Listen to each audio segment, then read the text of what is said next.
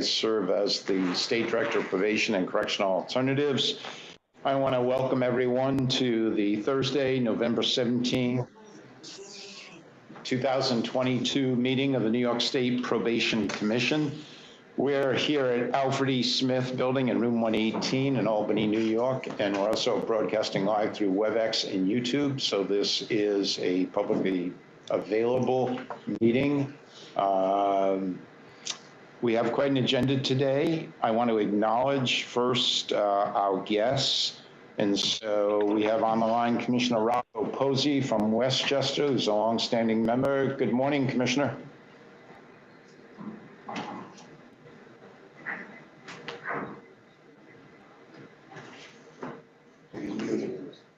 He's muted. Commissioner, you're muted.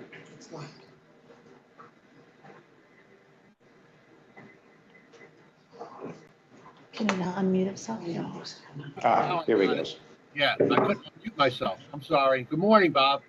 No worries. Good morning. How are you, Commissioner? It's called technical difficulties. All baby boomers. All right.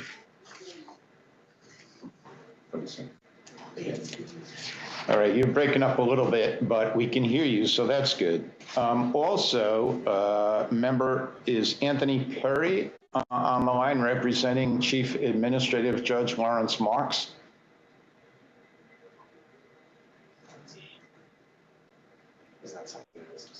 No, let's see. Okay, I'm sure Anthony will be joining us momentarily. Joseph Wargo, good morning, representing the New York State Probation Officers Association up there in Jefferson County and soon to be consumed by snow, the first blizzard of 2022. Joe? Good morning, everybody. Thanks for having me again. Good, thank you. Dr. Jeff Butts is on the line. I'm not sure he's in the position to speak because I know he's driving, he's traveling, but if Jeff, if you are, welcome and good morning, and thank you for calling in. I know this conflicts with some travel plans you had, but I really appreciate you calling in. Yep, and I am in the blizzard. Oh, he's in the blizzard. You are in the blizzard. All right, well, drive carefully. And we certainly will excuse you if you're inclined to hang up and drive safely. So please be careful. All right, and Mary Ellen Still has advised us she was not able to make today's meeting. But I do want to introduce at this time, so those are the members, and I'm sure Anthony Perry representing Judge Marks, who will be effective as the Chief Administrative Judge. He announced his retirement early in the week, but he's effective through December 1st. So we'll be receiving a new administrative judge, Judge Emecker from the city at that time. And I'm sure Anthony will continue to represent the Chief Administrative Judge in that capacity. But at this time, I want to introduce our Executive Deputy Commissioner, Joe Popkin, who's representing our wonderful Commissioner Rosanna Rosado and was unable to join us today. Joe, welcome and good morning.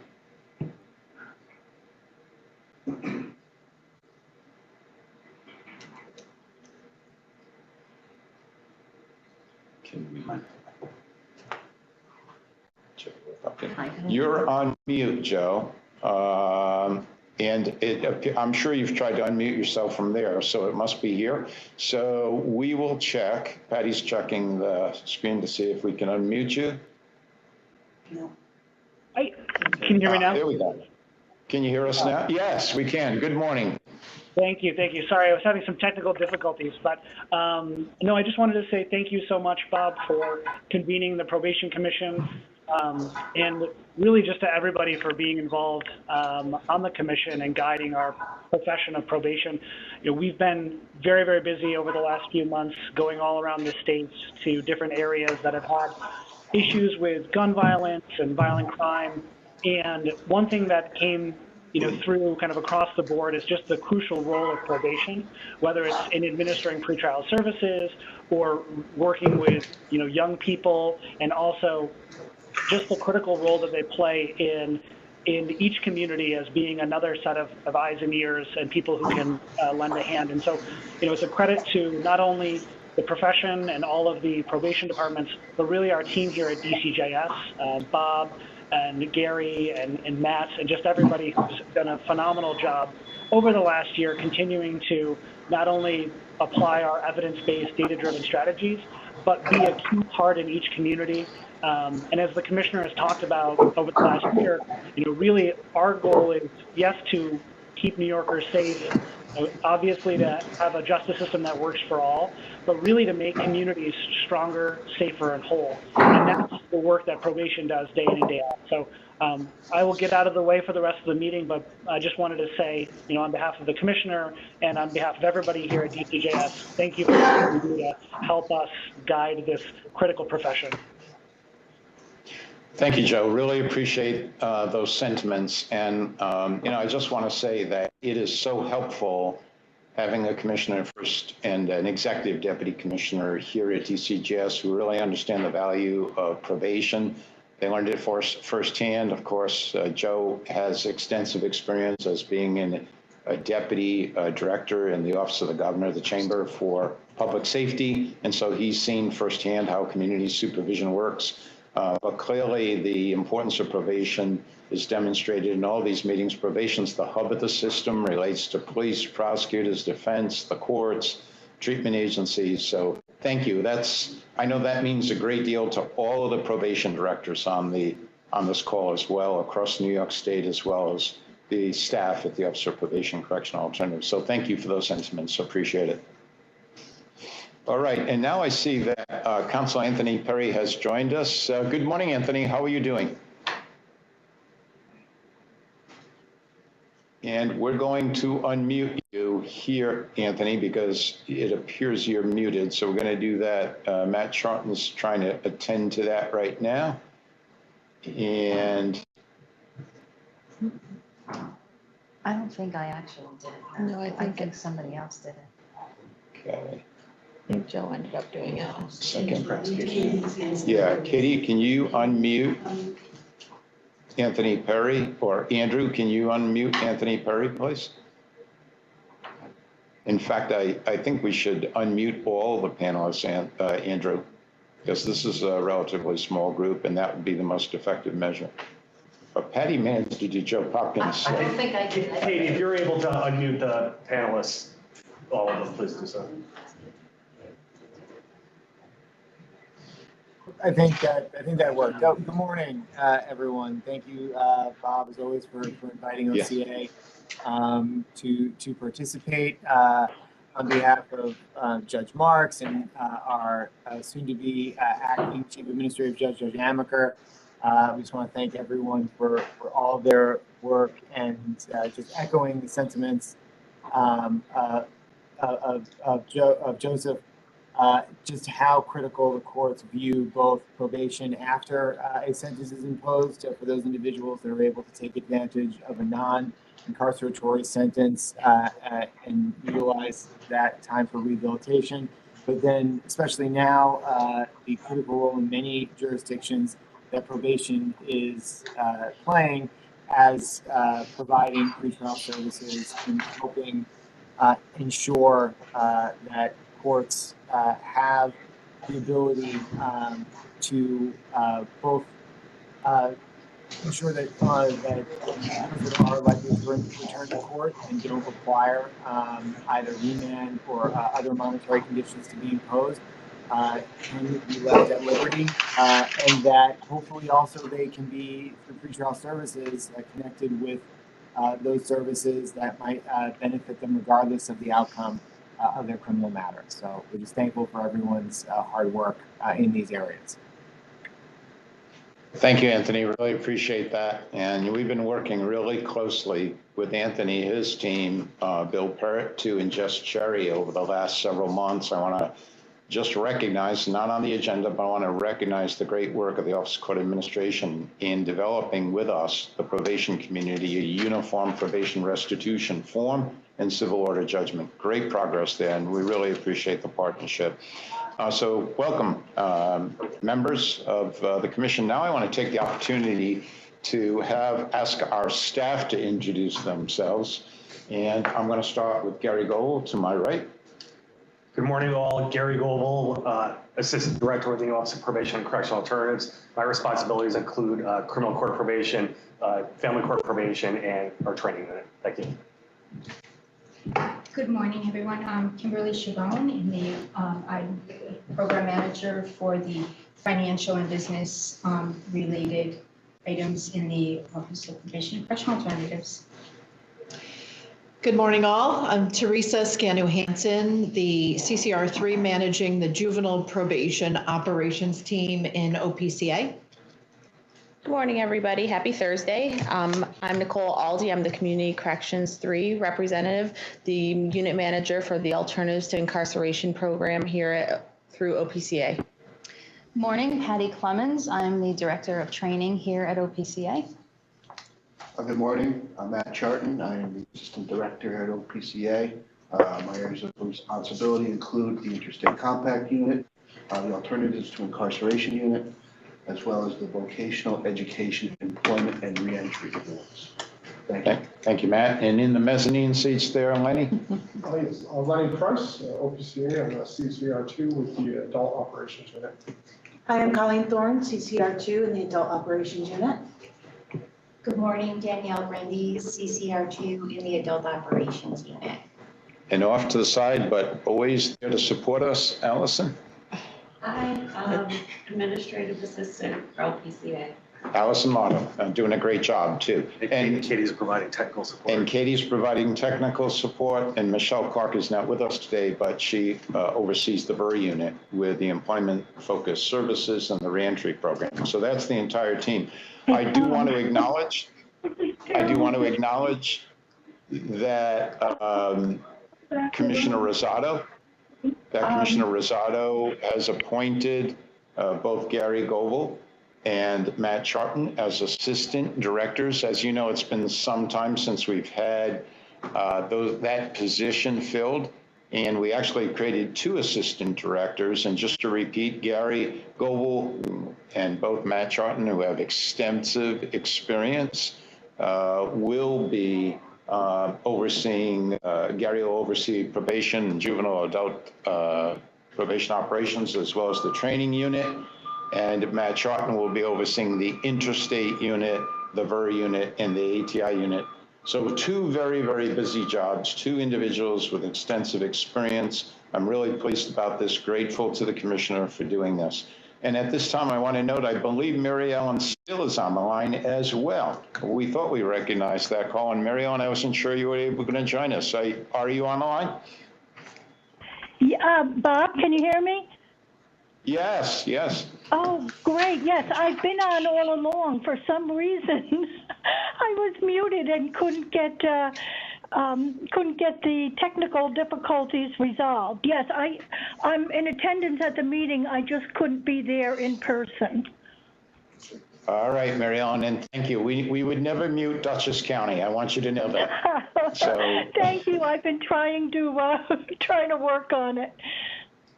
All right, welcome. So now we'll get to the agenda. We've got introductions and greetings by Executive Deputy Commissioner Joe Popkin, representing our Commissioner Rosanna Rosado.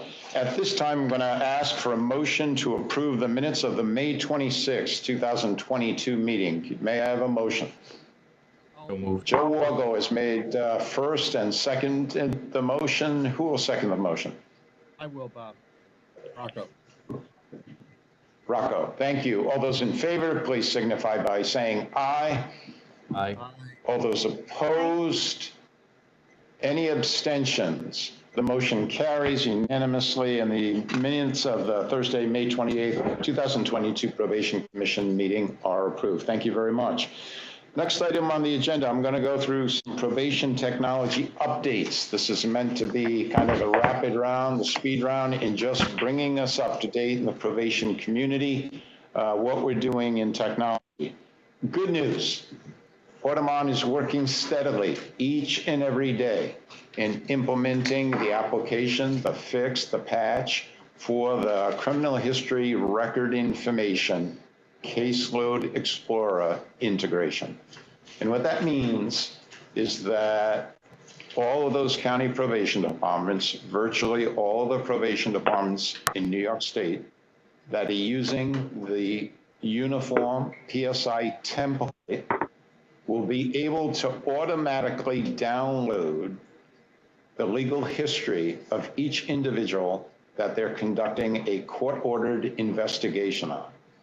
That means they will no longer be required to cut and paste or to type, those 15-page rap sheets or the 3-page rap sheets, as the case may be. It will increase accuracy, reduce the opportunity for errors. It will ensure consistency across the state, and it will be an enormous time savings to probation officers charged with the responsibility of writing pre-sentence investigations. And that is happening now. We have a dozen or so counties already implemented. For the probation directors out there who are sending me notes, thank you, keep them coming. We're working very closely with Audemars. By mid-December, we will have this complete across the state. We continue to make tweaks. I know there's some concerns with formatting, some minor issues. We will address each and every one of them. My note to the probation directors, please be sure to complete a ticket. That is the only way that Audemars knows that there's an issue in your department.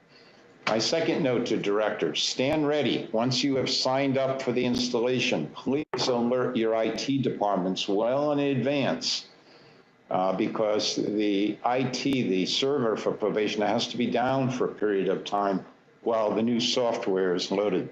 So we want this to go smoothly. And in the end, by December, we will have finally completely implemented the criminal history record information caseload explorer integration. Very, very exciting and an enormous move forward in technology. Can I? Sure. Gary? I just want to remind the commission members and anybody else in the audience, when this is operational, in addition to the elements that are auto-loading into the report wizard, a full copy of the criminal history will be sent to the user's criminal court inbox in the portal, because there is other information that's contained in that full report that you are going to want to refer to in a pre-sentence investigation or other report that you're doing. I think that's an important component of this project as well. Thank you, Gary, and thank you for reminding me that. That's really, really important. So one, you're going to get automatically a copy of the criminal history record information. But here's the due diligence requirement on the part of probation officers, and that is to read carefully that PSI report and read carefully what has been automated to ensure that it is accurate. I know that sounds obvious, because how else could you possibly write a well-written evaluative analysis as we teach in our fundamentals class, and Patty stresses? How could you do that without really understanding the legal history? So please encourage your officers. This is not just completely automated. They've got to look at that PSI. They've got to examine it closely, see how it compares with the automated download, and then look to see if there's any other information that courts will be interested in. Failure to appears, prior warrants, etc. Some of that information is not going to populate. This will be dispositional data, arrest and dispositional data that downloads. So not all of that information. Prior instances on parole and parole revocations, prior probation violations, that information will be contained in the rap sheet, but will not necessarily be downloaded. So last note on the CHRI integration. Only those counties that are using the statewide template will have the opportunity to have the software loaded. So if you're not using that now, you won't expect to get the application uploaded. You need to contact us, indicate that in fact you are making that change, and there's only 4 departments out there doing that, and we will work with Audemars to ensure that you're included on the list of counties where the software is installed. So thank you very much for that. CE assessments went into effect October 1st. Very, very pleased about this. We now have a subscription to CE assessments. The importance of CE assessments primarily, and there are many benefits, but primarily is that it provides an automated access to certain assessment instruments that probation officers use routinely, including the Massachusetts Screening Instrument 2.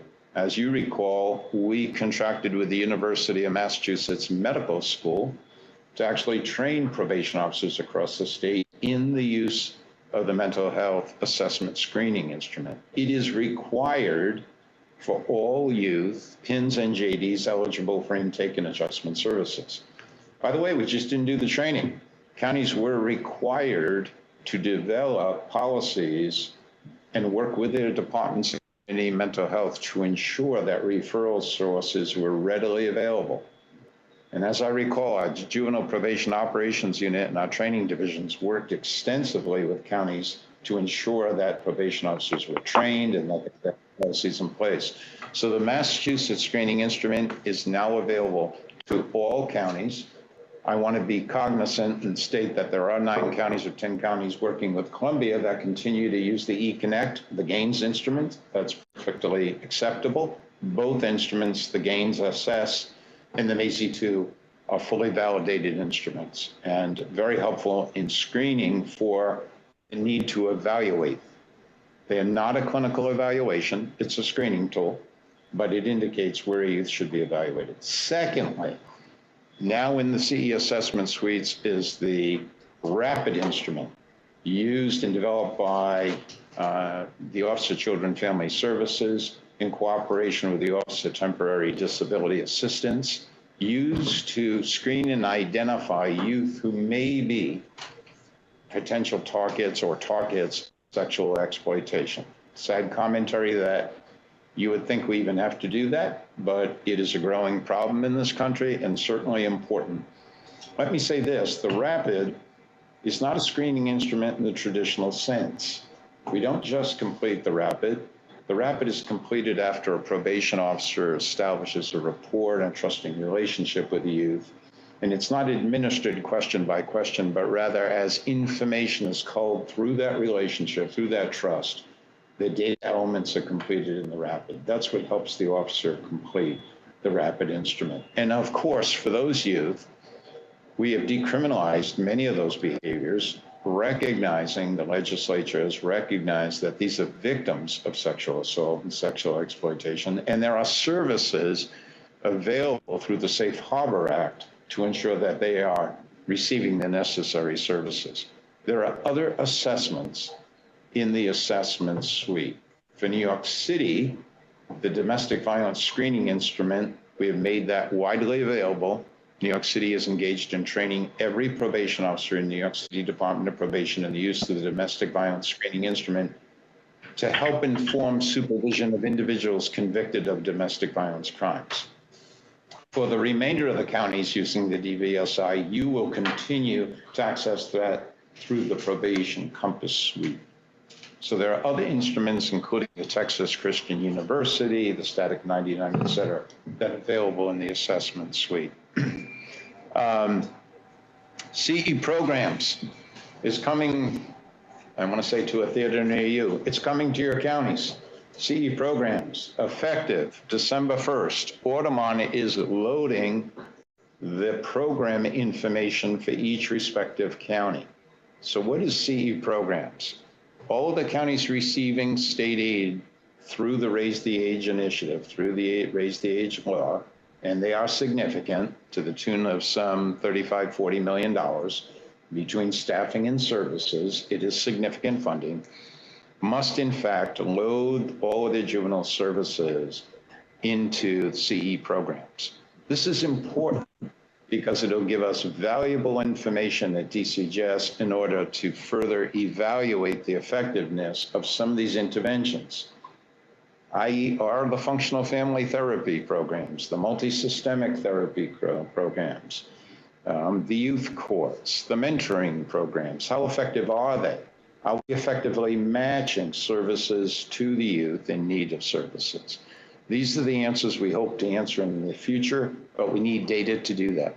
Importantly, it will be linked to CE, Caseload Explorer.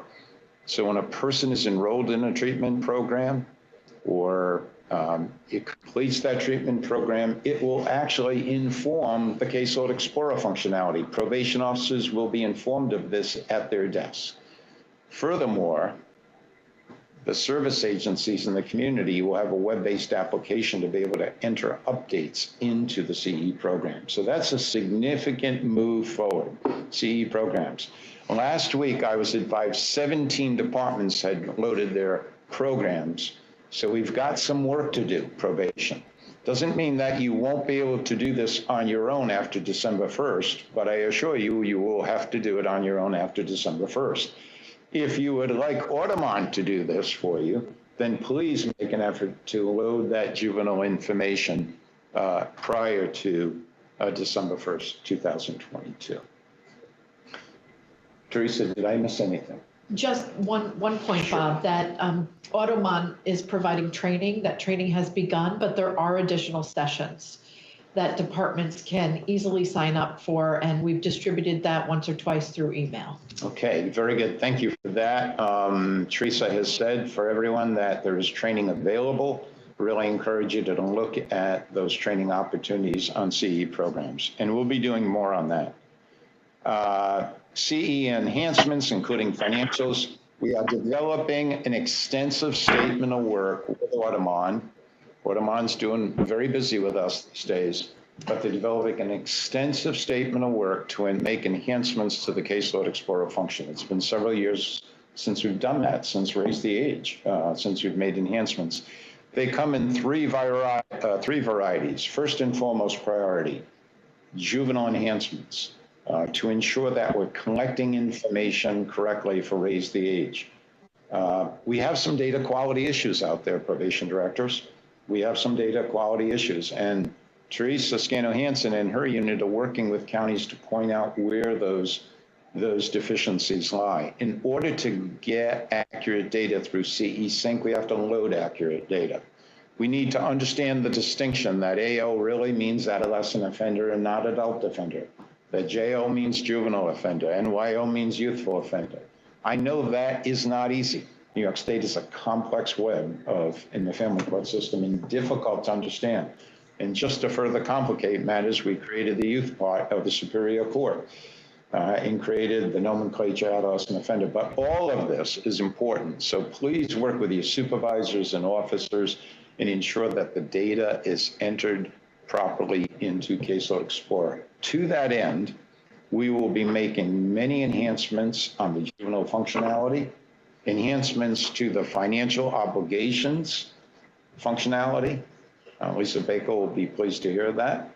She's been a stalwart on the accuracy of probation financial obligations data. And lastly, all of the changes identified by directors and listserv participants in the Caseload Explorer. So that will occur, I'm sure, in early 2023, because Audubon's pretty busy with us right now. CE planning is coming. CE planning. This will be the fourth of the CE applications in the CE suite. So today, just to recoup, we have CE Sync, the ability to download information from each of the servers in New York State and capture your Raise the Age information. And that data comes monthly, and Lee Bates, our great Office of Justice Research and Statistics, is able to interpret that data and produce reports. The second one is CE check-in. Over 1 million messages and text messages each year are used by probation departments. I again encourage probation directors and departments who may not be using check-in to think about that in one of two ways. One, a terrific way for the lowest risk cases to develop ongoing communication with their probation officer. No longer do you have to be constrained to once a month. You could do twice a month, or you could do weekly through using the web-based application. That's at the discretion of the department and the officer for low-risk cases. Certainly, the statutory minimum is one per month. But importantly, the CE check-in can be used to supplement, not replace, but supplement contacts for high-risk individuals. So instead of just that once-a-week visit, that's a minimum standard. Keep in mind, our regulations are minimum standards, or a once-a-month visit to the home. It can also be used to check in to work with the individual. So I encourage you to look at that. As you know, CE assessments is fully implemented. CE planning and programs. Programs will be December 1st. And then the CE planning of this assessments and planning component will go into effect probably the second quarter of 2023. Work will begin the end of the first quarter. So in March, we hope to begin our work with Orbis Partners and Audemon to integrate the Aussie screening assessment and actually develop a uniform case plan for all New York probation departments called the MAP, My Action Plan. Most of that case planning activity will occur automatically, pulling in information from the Aussie screening instrument. And I should say that subsequent to that, we'll be working on an adult case plan, incorporating data from Compass, working with Equivon. So that work will keep us busy in 2023. And then lastly, I want to share, before we have a conversation about pretrial services, Compass R, Compass Revised. For nearly 20 years, we have used, over 20 years, we've used the Compass instrument that is produced by Equivon. Today, we have over 1 million assessments in our survey here at DCGS that's run by OITS. Over 1 million assessments. Compass is very predictive. However, in looking at the tools, we're examining the next version of Compass, Compass Revised, working with Equivon. There'll be more information to come on this, but I wanted to broach the subject with you. It won't be that different from the New York Compass instrument, but the thing that it will do is that the instrument is transparent. It has the ability to have a one-page summative score where the average layperson or user or defense attorney who questions how the scores are determined could easily use the summative one-page chart and determine how the scoring occurs. So transparency is very, very important. In the future, another component of the Compass R will be to actually automate the client screen, client questionnaire. Right now that's done manually. And that will be done by a handheld, and that information will go into the scoring of the Compass R. So that's a brief, although detailed presentation of our technology. We have a lot going on here at DCGS. So now I want to turn, let me ask this, any questions from any of the members of the Probation Commission at this time, or our panelists, Lucy Taylor Welch representing COPA, or Gladys Lawson representing the New York State probation officers. Any questions about our technology initiatives at this time? All right, we'll go on to the item number 5 on the agenda. This is really a point of discussion instead of me just talking. But I want to open it up by calling upon Nicole Aldi to lead off by stating some introduction that we distributed some state aid, didn't we, Nicole? DCGS did. We did. And it was more than we expected. It was double what we expected. And September 29th at the Law Enforcement Symposium, Governor Hochul had identified that in a release that that money would be provided to pretrial services agencies to help with the continuum of services brought on by bail reform, in addition to what programs have already been doing. And by the end of October 31st, all counties had received a portion of this $20 million, again, double what was expected. So that's wonderful news.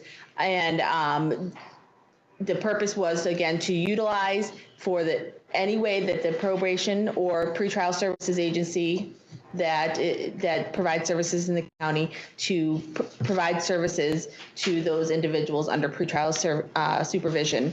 So we had a conversation in the beginning of November, I believe it was, with COPA, a small conversation with some directors about ways to how to utilize this money. But again, the purpose is vague in the aspect that we know that each county or each pretrial certified agency has their own needs, and that the one pretrial services agency might do something different than another. So we wanted to make sure that counties were really taking in and looking at what they need to utilize this money for. So I think, Nicole, what you're saying is really paramount to this discussion is flexibility. Correct. Understanding that when you've been to one county, you've been to one county, and it's different. We recognize that the probation departments across the state are largely the providers of pretrial services. I know we have a couple of private agencies that provide pretrial services and do a good job, including Monroe County. And I think there's a private non-for-profit that works through probation in Onondaga County. Correct. And we have Westchester County. And Westchester County as well, that's just recently rebid Correct. the pretrial services contract and has a great agency operating there. So this was meant to offset the costs associated with pretrial services. And Nicole, I guess is it fair to say that counties could use it for staffing, training, technology, anything that's going to help them carry out the mission of pretrial services in the respective jurisdictions? Absolutely. Those, and again, we had some great conversation and brainstorming about all those topics, Bob, about the funding and technology and the ways to use that. So 100%. And I would encourage people, again, to take a real good look at what their county is doing for pretrial services, what maybe they want to do and maybe weren't able to do before this money, or things that a long time ago they had done, seemed to work really well, and then were, for one reason or another, not able to continue, and now they might have that opportunity. Great. So, I know on the minds of the directors, I know when I spoke to them, one of the questions is, Bob, will this be ongoing? And I think, to be perfectly candid, we don't know. We're hopeful that the money is included again in the governor's budget, but we won't know that until January. However, here we are at November 17th. So we're probably less than 8 weeks away from when the governor is going to submit her budget. And so within less than 8 weeks, we will know whether, in fact, the funding is continued, because that's important to counties if they're going to invest in staffing. So that's the best guidance in terms of the funding that we can give you at this time. Is there any question on the funding out there on behalf of any member of the commission, or again, the probation council of probation administrators or the probation officers at this time?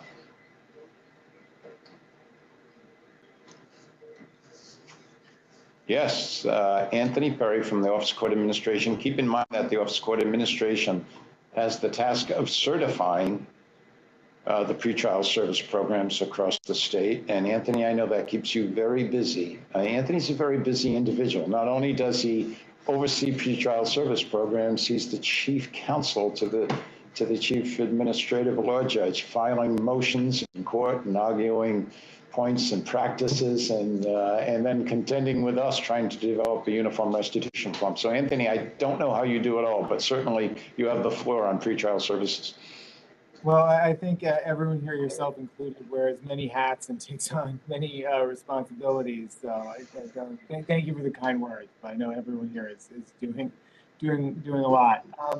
I guess the question that has been posed to us, or that we've heard discussed among some of the providers, is a question of when the counties have received this initial funding, are there any restrictions or advisories on it to them that this should be utilized to enhance services rather than simply freeing up money that already was budgeted in support of pretrial services? Like, have the counties been given any directions with regard to that specific issue? Nicole, could you repeat the question for us? Yeah, I just want to make sure I heard that correct. So the question, Anthony, what I'm hearing is, can this money be used perhaps for money that had already been budgeted by the county, but now that they have this, they might be able to use that other money for something else and utilize this money for that purpose?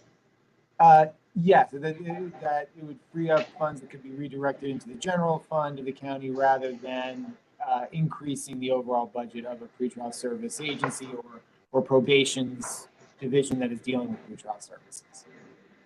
Sure. My understanding is this is an award, and so it's different than a contract. So contracts, we would have to say no, because that would be supplanting the money and whatnot. But this is an award for the county. There's no expectation on a financial report on how it is being spent to DCJS for finance. So there has been nothing that I have heard of that would preclude that ability to utilize this money for things that perhaps the county was trying to set aside and now can use that other money for general purposes. So I think that's exactly right. Thank you, Nicole. And you know, the language that I like to use when we were talking about the distribution of the pretrial services is similar to what we use with the ignition interlock devices, and that is it's funding provided by the state of New York to offset the costs associated with providing pretrial services. So certainly it can be taken in to offset the increased demand on pretrial services that counties have had to produce. At the same time, it can be used to enhance services. So I think that's the answer, Anthony, both. This is not a contract service. It is distributed as state aid. And consequently, counties have some flexibility here.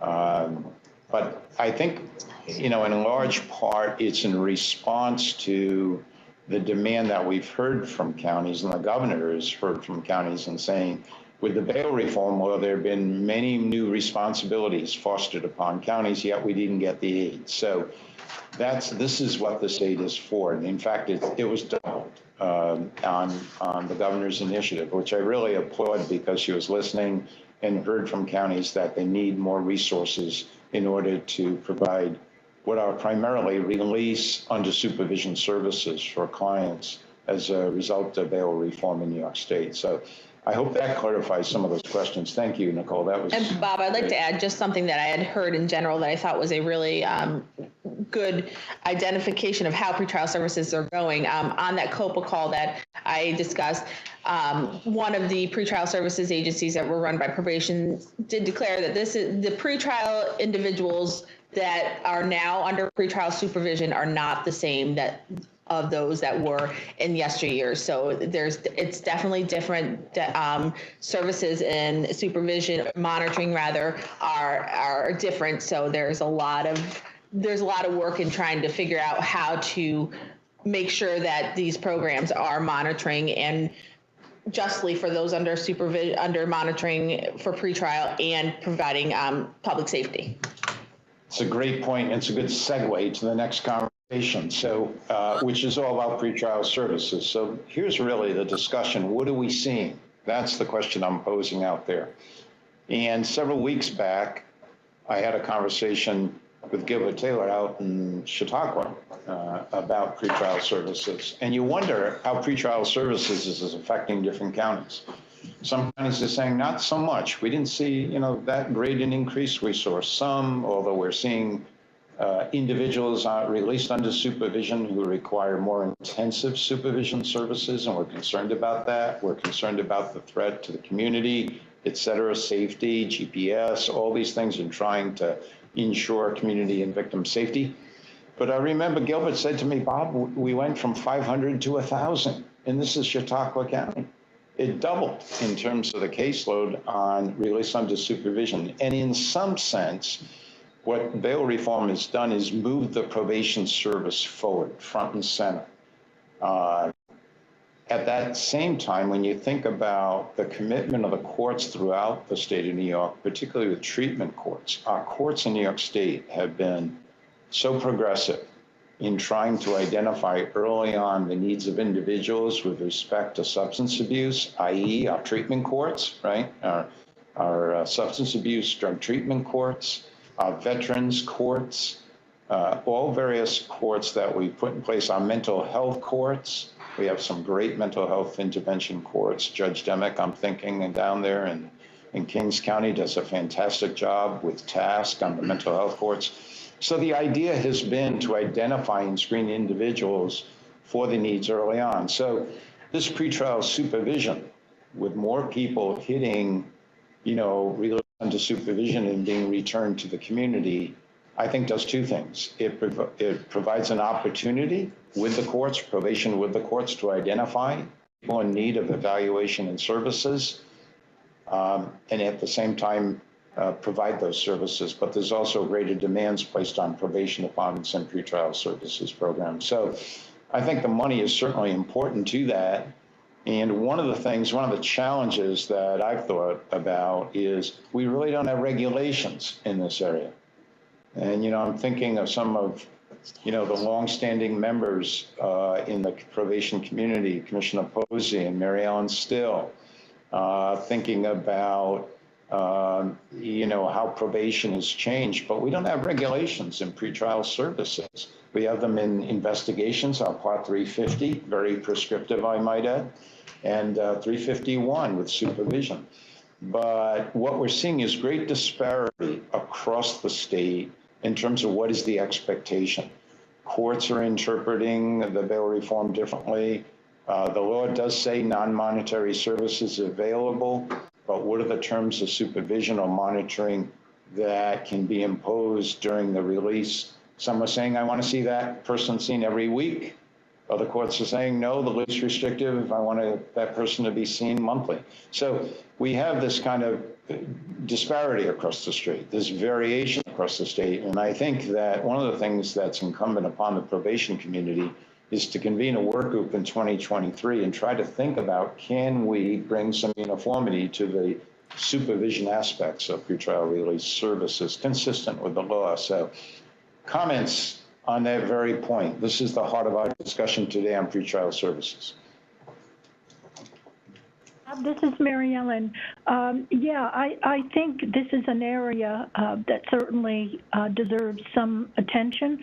I think, certainly counties have developed practices, based on best practices, but having more consistency and standards. Certainly we've developed, policies and procedures and following both national, some national standards as well as our state pretrial organization. But having that conversation, I think, would be helpful, especially in light of bail reform, where there have been some changes, perhaps, to some long-standing practices. It would be good to review and adopt new practices and procedures. Well, that's coming from the COPA Director of Training, Mary Ellen Still. So that's a very informed opinion. And Mary Ellen, thank you for that. It's something, we value in terms of your input. I appreciate that. I think you're right. Joe Wargo has raised his hand, I see. Joe, did you, Commissioner Posey, excuse me. Commissioner Posey has raised his hand. Commissioner Posey. Bob, can you hear me, Bob? Yes. Okay, good, because I've been having some problems, with my with my microphone, but I think we finally got it worked out. Because I'm never that quiet, Bob. So we. Yeah. I knew it must have been the technology, Rocco. Anyway, I think you're right on point, Bob. That it's long overdue, for us to convene, a group to look at pretrial and start establishing, at least within the probation community, some uniformity, and how we're doing pretrial work, and earlier when you were talking about the award, I think it's extremely important for everybody in the counties to understand, as it was explained, that it's an award. If you take that money and you decide to do a new program, and whether it works, it doesn't work, or whatever, if you're expecting to continue that program into the next year, there's no money coming for second year funding. This is a one-shot deal. So I think it's got to be real clear to the counties, that if they do something like that, it's on them for future, funding for those programs that they may develop. Yeah, Commissioner, I'm not sure it's one shot. It's welcomed and we appreciated it, but we're hopeful that it'll be continued. There's no guarantee at this point, but I think we'll know more we'll know more in 8 weeks when the governor proposes her new budget, 23-24 budget. So we'll know more about that. But again, just to reinforce the point that I think Nicole made is that, this is funding is flexible. It's not a contract. It's state aid to localities to offset the costs associated with pretrial release services. So good point. But Commissioner, what about the idea of regulations in this area in pretrial? What are you seeing in Westchester County? Well, we're dealing with a new agency, and Jim Duquet has actually been working. Jim Duquet and Penny, have been working, fairly close with pretrial. So I think we're in we're in our infancy right now. In dealing with its choice, is the agency that we're now dealing with. But I think what we're going to be seeing, is a lot more involvement down here. In reaching out, supervising, trying to get people to court, all those type of activities. So I think I might be in a better position when we have our next meeting, Bob, to really report out on it, on exactly what we're doing down here as far as our regulations and our, and things that we're going to be doing. It's a new day. Sure. Down here. We're doing a lot more than what we did under the previous, with the previous group that we had. Commissioner, are you seeing the courts order much GPS as a condition of release under supervision? I know it's narrowly prescribed, but are you seeing some of that? Not a lot, but we're getting it, and I think it's starting to grow. Okay. Thank you. Very helpful. Lucy Taylor-Wash from COPA. Lucy, are you on the line? I'm here, Bob. Can you hear me? Yes, we can perfectly. I agree with everything that Rocco just said. I think it's a long overdue, and that Mary Ellen said, that's a long overdue process to, get a work group together to look at, making some, standard changes that we can. I didn't hear from any directors regarding questions. I know that at our last New York State COPA meeting, you had asked directors to send any questions or concerns.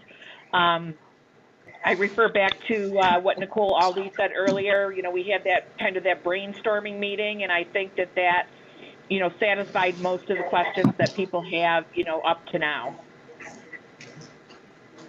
Good.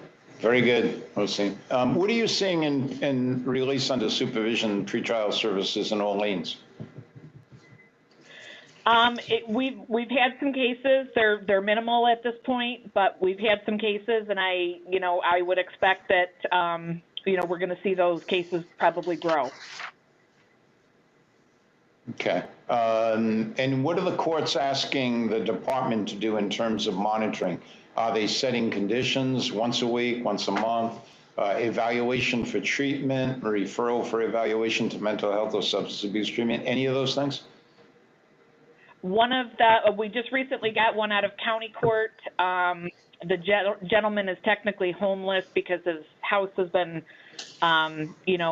determined to be uninhabitable. So the judge has directed him to report here daily.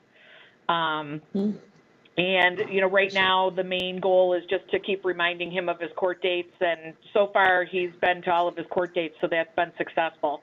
We've seen a few, with conditions, to attend evaluation, substance abuse evaluations, mental health evaluations. But for the most part, it's just that constant contact, whether it's daily contact by phone or daily contact in person. Okay. Are you have you thought about using the CE check-in? Do you use the CE check-in for that type of communication? We have not, but based on your earlier discussion and talking about how it can be used, in the low-risk cases and your high-risk cases, and then certainly the discussion that we're having now, it's certainly something that we may look at. That's great. And Lucy, I would just ask if you would to convey that to the probation directors at the December meeting, because I really would like to see the subscription that we're paying for, about $155,000 a year, utilized. I think 1.2 million messages is pretty good. It's fallen off a little bit since the COVID. It was really spiked during the COVID, as you might well imagine. But when we think about its use in supplementing we're using even for pretrial services, I think it, could be helpful. As long as the court approves it, the person checking in using a web-based application. And I know that not everyone has access to the web. So some people are homeless and don't have a stable residence. So it depends, county to county. Anything else, Lucy, you'd like to comment on pretrial services or for the commission to know at this time? No, I think I'm good, Bob. Thank you for the opportunity. All right, Lucy, thank you. Stay well. Gladys Larson from the Probation Officers Association. Gladys, I'm going to call on you in a moment, but I see a Patty Klein. Raise your hand, Patty. Thank you. Lucy, just a follow-up question on that case. Do you get the sense that the daily check-in was strictly as a result of this person being homeless, or was there an expectation that the department try and resolve the lack of residence for that individual? Well, we certainly have addressed that with him and, given him the information of where he can go and what services are available in the county. But it's a pretty serious drug charge, and because he's been kind of going between, social services had put him up in one of the local motels, and then he got kicked out of the motel, and now he's back living in the house that's red tagged. So it's, I think the judge is just very concerned about his, his unstable living environment. Yeah, and I guess I'm happy to hear that, but it also speaks to the fact that pretrial officers and services are being used in a much more supervision-like way, right? Those are kind of the functions we would see typically from officers who have cases that are, sentenced to probation. So that's what I was trying to get at. So thank you. Yes, and that definitely, that does bring up a good point. That that is one of my concerns as well. And I've shared that with COPA, and I shared it during the the brainstorming meeting that we had. I think that there's a fine line between monitoring and supervision, and I'm concerned if we get to a point where we have a pretrial case that we are required to provide more monitoring or supervision than we would even a high-risk case. Right, and that's where my mind was going. So thank you for confirming that. And those are the comments. Yeah, those are the conversations. Thank you. And Patty, thanks for the question. I think those are the conversations we need to have in this work group. Where do we place our emphasis in trying to protect our communities? So, but right now the problem is that it's all over the place, and so there is no standard in terms of, I think, release measures. Gladys, thank you for joining us. Gladys, the last time I saw you, we were at attending the New York State Probation Officers Association annual conference, which was outstanding in Onondaga County in Syracuse. A great conference. I think you had the largest group ever, 175 or something, and really terrific workshops, a great experience. It's kind of amazing that this much time has gone by. We attended in force, and OPCA provided 5 of the workshops, but it's amazing that 4 or 5 months have gone by in a short time. Seems like yesterday. So welcome. Bob, I will add that since that conference, Gladys has been promoted, so congratulations to you as well. Oh yes, congratulations, Supervisor. That's true. Thank you, Gary. Yeah. Thanks for having me, Bob. We were really pleased to have everybody at our conference in Onondaga County. The response to our conference was very positive, and we have chosen to go back to the hotel for another year. And then in 2024, we plan to have our conference in Albany. Good plan. Great plan. So pretrial services, what are your members saying about pretrial services, guys? So the consensus that we're getting is that pretrial services are increasing, and the orders vary drastically. Some are very clear about the expectations of reporting in person or by phone, and some are not clear. It's just an order saying that someone's released under supervision. In Tompkins County, I can tell you that we have various types of pretrial services. We have some individuals that are released under supervision with electronic monitoring, and we have an officer that manages their pretrial services and monitoring where they are. We have a probation assistant who handles basic pretrial services when people have to come in and report numerous times a week. And then recently we have started getting pretrial services for people with domestic violence charges. They're pending their PSI, they're being released under supervision and being supervised by a probation officer who specializes in domestic violence. Sounds like you're getting quite a mix of cases. I'm concerned about the domestic violence cases, of course, the types of controls in place while that investigation process goes on, safety of the victim, concerned about that. And I'm already, the wheels are turning in terms of consistency. I almost want to have the work group start, and that is, do we need a form? I know Anthony's going to say, oh my God, here we go again. But do we need a form, a New York State form? It's a kind of uniform I think that practices. uniformity across the board would be good. And I think it's got to come from the courts. All right, good to hear. Thank you, Gladys. Appreciate that. And we're looking forward to the conference. And, I would just say this, that I would ask your board, the POA board, to think about how we might involve the judiciary more in the conference, in the next year's conference. I think that's something that's really powerful. Judges love the work that probation does. So many of the workshops that we sat in on, I think judges might appreciate an invitation to, or even some planning in terms of, is there a workshop, judges want to put on. I just participated in the Franklin Williams Judicial Commission on Minorities. Judge Mendelson addressed the group. It was a great conference out in Syracuse. And Judge Carter from Albany is a co-chair of the commission, and a really great program with some fantastic panels. And it just occurred to me at that panel, we need to do more with probation. All the judges in attendance said to me, probation does great work. It's interesting because judges will usually come up to me and say, I got to tell you, I have the best probation department, Bob. I know there are many out there, but I've got the best one. And I said, I know, Judge. And the truth is, judges feel that way about probation. So we haven't thought about this in the past, Gladys, and I would encourage the board to think about, is there a role that we can, have some role for Office of Court Administration to play at the conference, either by a panel or in extending the invitation? I think that's a great idea. Well, I'll talk to my board about it.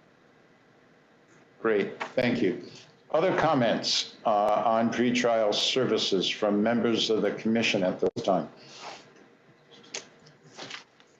Bob, I just wanted to comment, it's Mary Ellen, to comment on the use of check-in for pretrial. I think it's particularly useful, and especially in counties that are large geographically.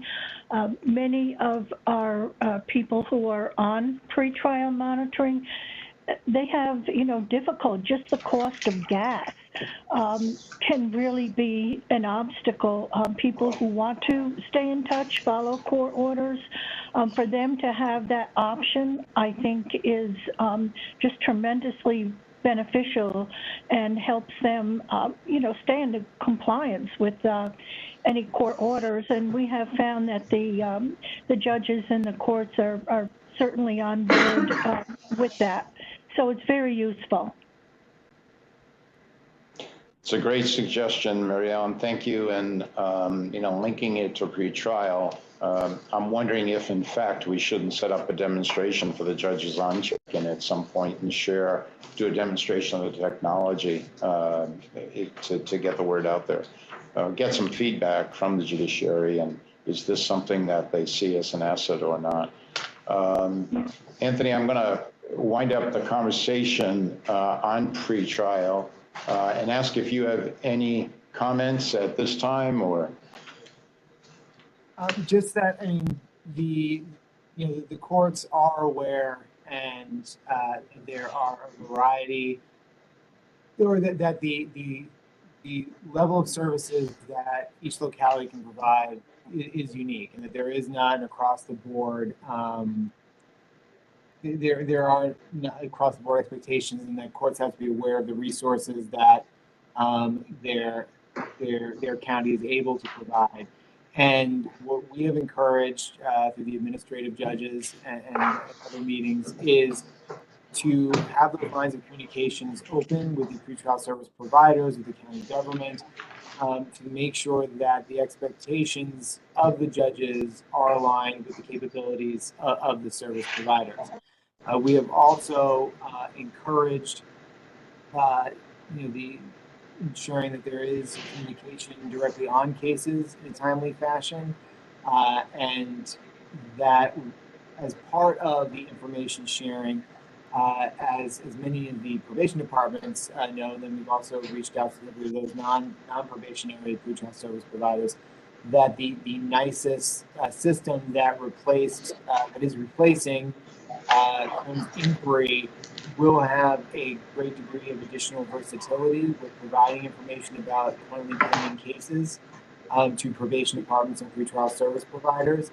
And that we've had many applications just to establish an MOU to provide access between the court databases and the service providers. But that can also augment the information sharing between the courts and probation departments, so that there can be more effective monitoring and the knowledge of more quickly of when cases is either resolved unexpectedly or if conditions have been imposed that weren't previously there.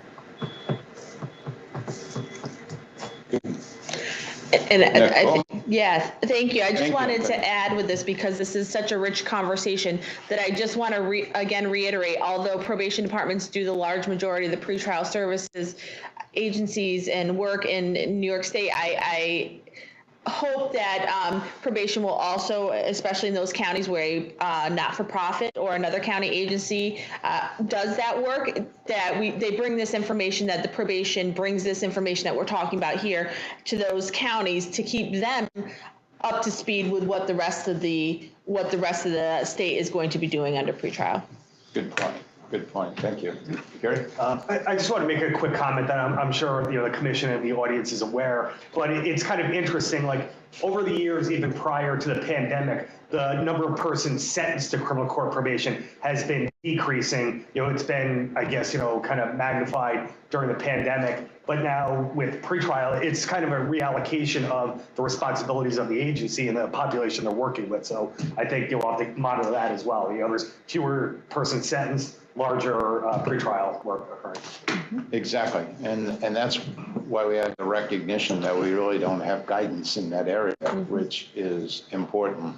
So just another note on the state aid, and that is it's available to counties, but those counties can use it to support the private non-for-profit that provides the pretrial work, certainly. So, it's going to the county government. It's not going to the department, probation department, and pretrial service agencies. We thought about that, and we made a conscious effort to ensure that it went to the chief elected official, and consequently, those decisions are made by the chief elected official in each respective county or town board, county board, to make the determination of how best to use those dollars. Any final comment on the pretrial discussion? Joe Warga. Joe. Good morning. Yeah, it's very interesting to note how everybody is doing things very differently across the state, and I think developing a work group to address that is probably a great idea. At our last commission meeting, there was a concern that was brought up about paperwork, especially in the small town justice courts, perhaps getting lost and not making it to the probation departments, and that might have been identified as a training issue for courts. And I don't know if that issue has been going on still or not. I haven't heard, at least in my county, I haven't heard too much of that happening, but I didn't know if that was addressed or not. Have we heard any comment on that? Anthony, have you heard anything from the town and village courts in terms of communications? I have not, I mean, I know that this is a ongoing issue, just especially in those jurisdictions that have so many local town and village courts that are very low volume. And so there's just more opportunities for either misconnection or just, you know, less permanent full-time staffing. I would hope that some of the DOT is working with town and village courts, and especially through centralized arraignment parts, to try to better train and to ensure that these communications are being made. But I have not heard specific complaints since our last meeting or concerns about this. Okay. Any of the probation directors, Mary Ellen Still or Rocco Pozzi, anything from the town of, you each have town and village justice courts out there. How is probation or the pretrial service learning about the fact that a person has been released pretrial and the department is expected to monitor that individual? Are those communications occurring effectively? Basically, yes. In some of the courts, we do have probation officers present, liaisons, some of the larger courts. For the smaller courts, they still have regular communication with probation, so they will send us the paperwork and instruct defendants to make contact. You know, if the defendant doesn't, then of course, you know, we would follow up with them. So basically it goes pretty smoothly because there's already established communications. Okay, that's great to hear. So it differs, you know, from jurisdiction. Joe might be having an issue up in Jefferson, something for the work group to look at, certainly. Commissioner Posey, any comment on that in Westchester? We haven't had any issues, Bob. Nothing's been brought to my attention, you know, that there's been any difficulty. Okay. All right, something we'll take a look at. Joe, it's a valid point. I really appreciate you remembering it from the last meeting. And something that we'll delve into and just make sure that there's a process in place. Gary. I think, you know, that's, you know, the emphasis on, you know, communication with the courts to make sure, you know, that the pretrial service agency is receiving those orders. I mean, anecdotally, you know, similar, we are aware that occasionally you know, the ignition interlock monitor doesn't find out about a conditional discharge. So we're certainly aware that this does happen, but again, the emphasis on, you know, communication between the courts and pretrial service agencies. I would expect with a pretrial case, the court is going to be looking for something at some point to say, you know, that person's reporting or what they're doing. So I guess that's where you might become aware of it, but right. You know, it's just something to follow up on. Bob? Good. Bob, it's Lucy. I just wanted to be able to interject one thing, if possible. Sure. You know, we were all required in the beginning, you know, when bail reform came out, that we had to set up that ATI mailbox for the counties. I have instructed my courts to communicate with us and send the paperwork through that ATI mailbox. The only one that's really doing it is county court, so that kind of, you know, brings light to the town and justice issue. But that is a problem because sometimes the paperwork doesn't come right away and the judges are telling the defendants to report to probation, you know, right after court. And then if the defendant doesn't show up, you know, we're not aware of it until that paperwork comes. And if the paperwork is lagging, you know, that could be a little while. And I did want to just add one thing. You know, there has been some discussion about the fact of, you know, just unresponsiveness with the judges, especially around electronic monitoring. When someone is not complying with their electronic monitoring and the court's being notified and there's been, you know, little to no response from the court. So the probation departments are kind of left hanging as to whether or not, you know, do they continue the monitoring beyond 30 days? Do they, you know, make that administrative decision on their own? that if there's no response from the court, that they're gonna, there's a lot of questions that surround that. So the communication is definitely something that we should talk about and, look to improve. Okay. Just on that specific question of electronic monitoring, that if notices are being sent to any specific court that is ordering electronic monitoring, then is not responding to notification where it is not being followed or violated, that should really be elevated to the administrative judge level. If the court is really not communicative, that's, I mean, it should go that high. Like, have you raised it to that level? That is the court just ignoring an electronic monitoring agency?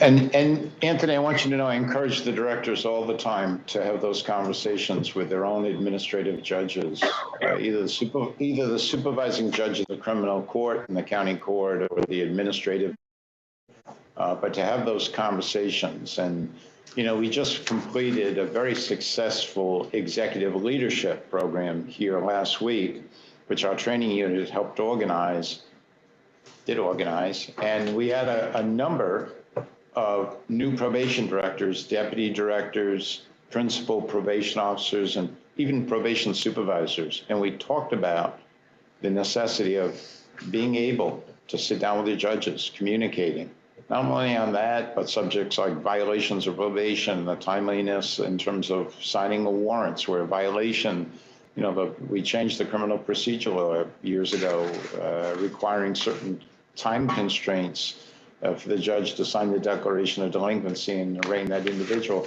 But if those things aren't happening, or we're not getting warrants signed, or other things, then they should be sitting down with the judges. They should be scheduling appointments with the judges closest to them before it gets elevated, frankly, to, an Anthony Perry, and it's the counsel to the chief administrative judge, because judges don't like that when they hear from, the state chief administrative judge. So better, Lucy, I think my recommendation is, let's ensure that directors are having those conversations with their judges. And then if it's a problem, of course, and there have been a few, you've raised it with me, and I've raised that with Anthony, that's something else.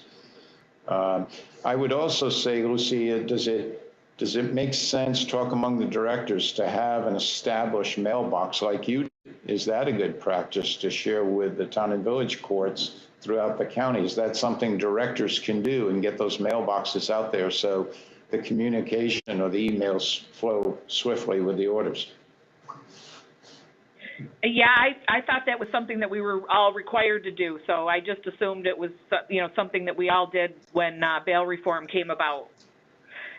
Bob, just as a side note, that buzzing is back, so the conversations have been a little bit choppy. Okay, we'll advise Andrew of that. Thank you. So thank you for this comment. I think this has been a really healthy discussion. This is exactly what we envisioned. This is the Probation Commission at its best when we're listening, and here at the state. And this has been a great conversation, so I thank you for it. And look for a probation work group. We'll be working with our friends at OCA to do that. Now I'm going to move to item 6, and this is really going to go quickly, and we'll spend the bulk of the remaining time on item 7, actually, where the substance is. But we have some good news on item 6. Part 349, our proposed changes to our rule regarding interstate and intrastate transfer, as well as Part 357, our proposed changes to persons in need of supervision, PINS intake, have gone forward, and they are going to be published in the November 23rd edition, I believe, of the State Register. So probation directors out there across New York State, probation officers, Gladys, probation supervisors, take a look at the proposed regulations. They will look very familiar to you because, of course, we shared these. We developed them with the work groups. Certainly with Part 359, I think Matt Charton got substantial time credit to his pension in the time he spent working on Part 349. But it is moving forward, and that's good news. And I want to acknowledge the work of our Office of Legal Services, our partners. We couldn't have done this without them. Fostering this through the review process, through the chamber, through budget, but we got it done. And so look for those draft proposals. I think there's a 60-day comment period.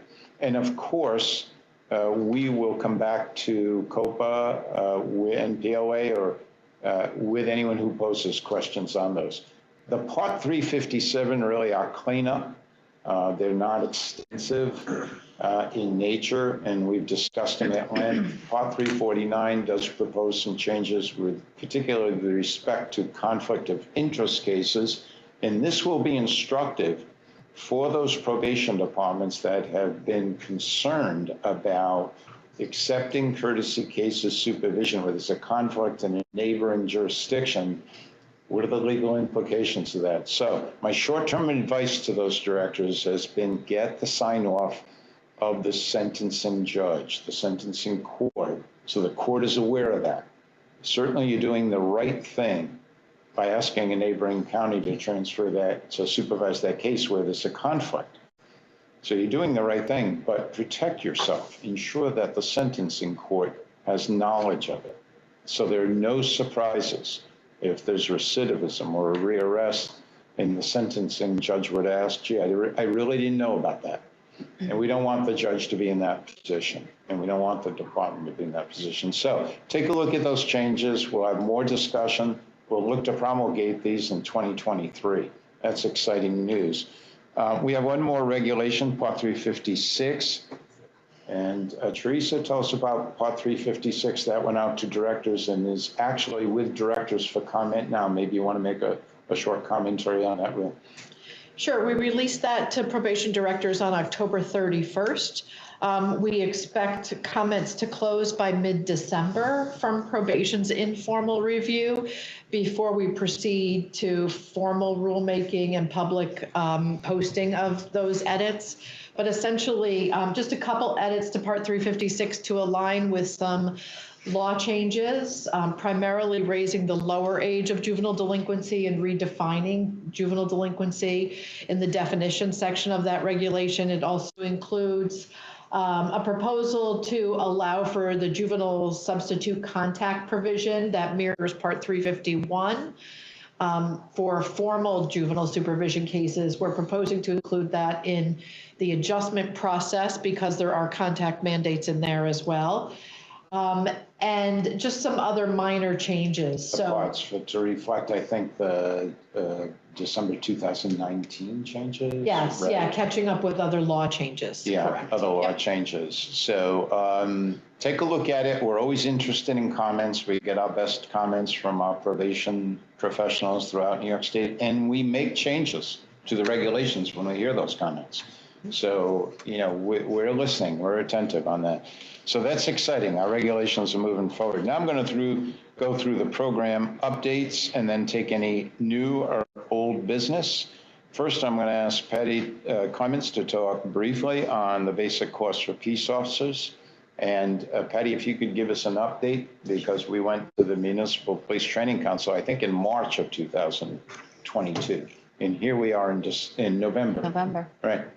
Yeah, thank you, Bob. So good afternoon, everybody. And before I forget to say it, I hope everybody has a safe and enjoyable holiday season. So if you might recall from our last commission meeting around the training requirements that had changed, we talked about the basic course for peace officers was going to be in effect as of January 1, 2023. And that's rapidly approaching, as everyone is well aware. We also had talked about a little bit of the history of the fundamentals of probation practice and how that curriculum had been developed over the years, starting in 2005. And then, you know, we also mentioned the new group, work group that had formed called the NIPAD, which I happen to have the mug for in front of me.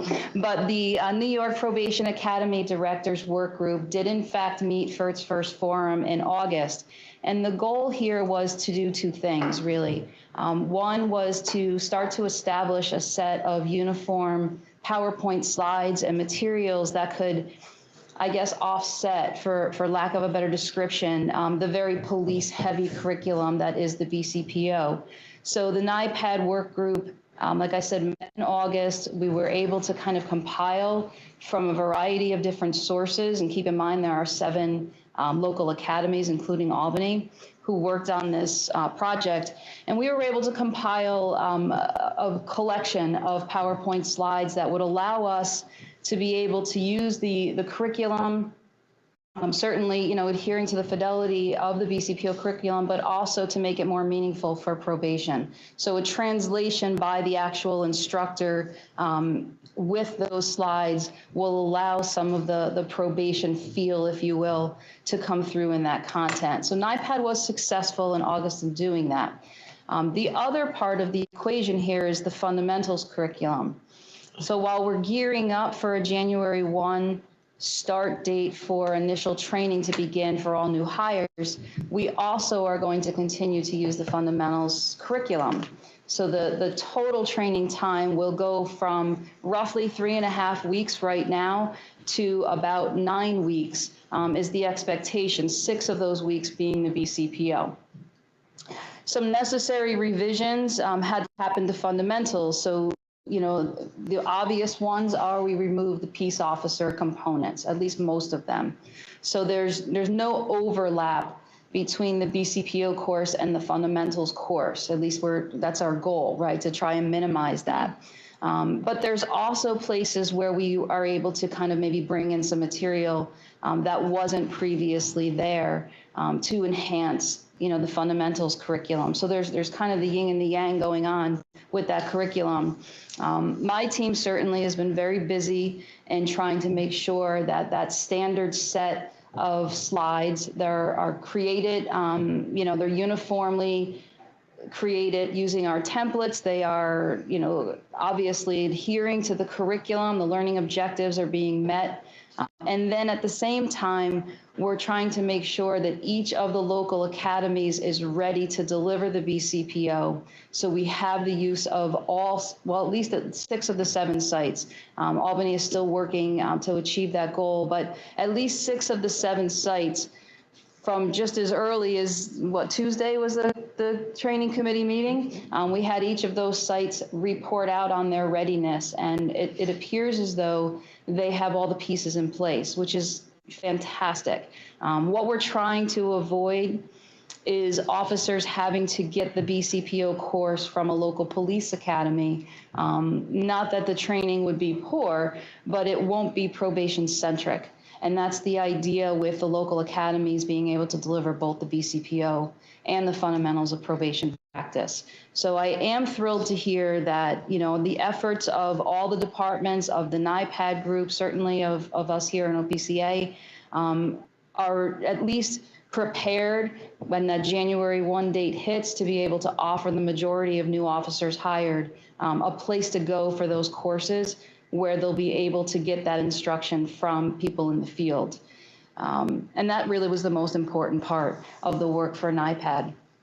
So moving forward, we anticipate delivering the next fundamentals of probation practice here in Albany in April, and that's when we expect that we will roll out what we think are our final revisions to the fundamentals curriculum. But importantly, because fundamentals will no longer be governed by the Municipal Police Training Council, it really becomes a more, you know, a document and a curriculum that we can mold and shape through this NIPAD group that is formed. We're able to kind of manipulate that a little bit more than perhaps we were in the past, and make it even more meaningful than it had been. So that's kind of a brief synopsis of what's happening with BCPO and fundamentals. So I'll leave it there and take any questions you might have. Any questions for Patty on the BCPO? Here we are in November. How quickly the year went by, Patty. After 3 fundamentals classes this past year, so we were on overload, constant training mode.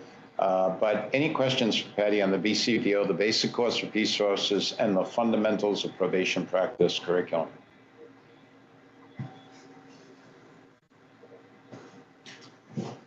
Okay, so let me just make a couple summary points, because Patty said them, but I'm going to reemphasize them. First, January 1st, 2023, any probation officer hired on or after January 1st, 2023 must complete the 160-hour basic course for peace officers, no exceptions.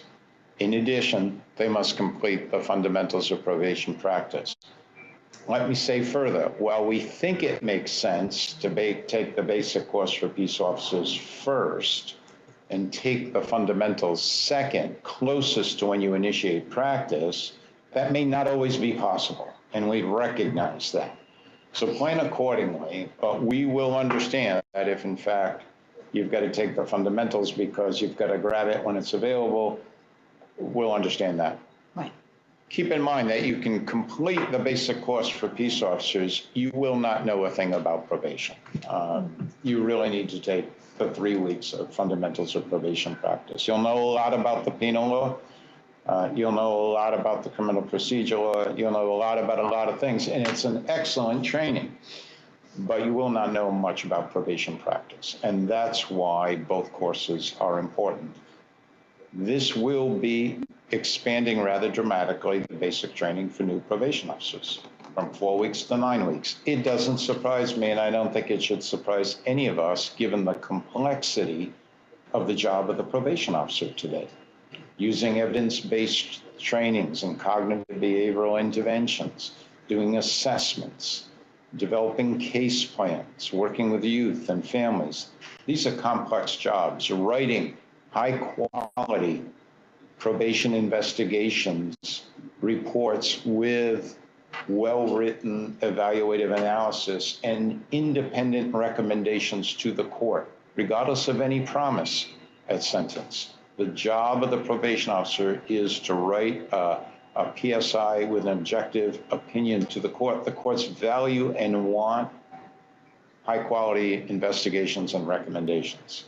They know what the pleas have been. They know what the positions the DA and the defense have been. They're looking for an independent assessment for probation. Then judges can make their determination thereafter. So no wonder it requires 9 weeks of training. I want to say something about the probation academies. Kudos, congratulations, and heartfelt thanks to the probation academies out there for moving so quickly, being responsive to Patty's leadership for the NIPAD and formulation of the NIPAD, which I think has been a great success, and it will be even more successful going forward.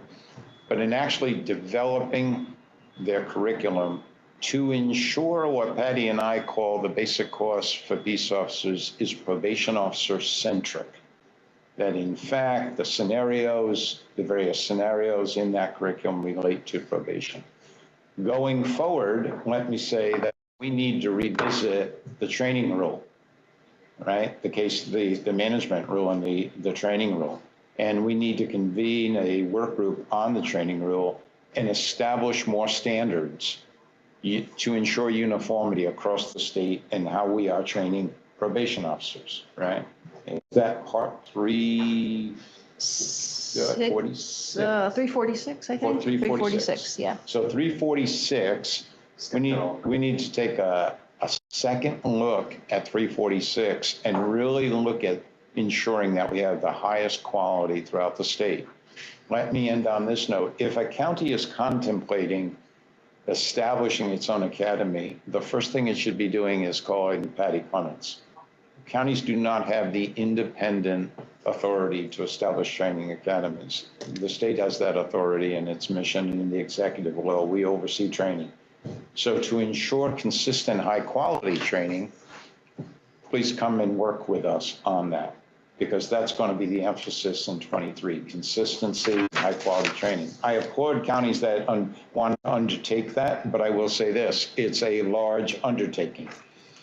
And where the academies are weak now, we will be correcting that in 2023 to ensure a higher standard. So that's our training outlook for 2023. Did I miss anything, Pat? Nope, I think you covered the basis. Thank you. All right, any questions on training?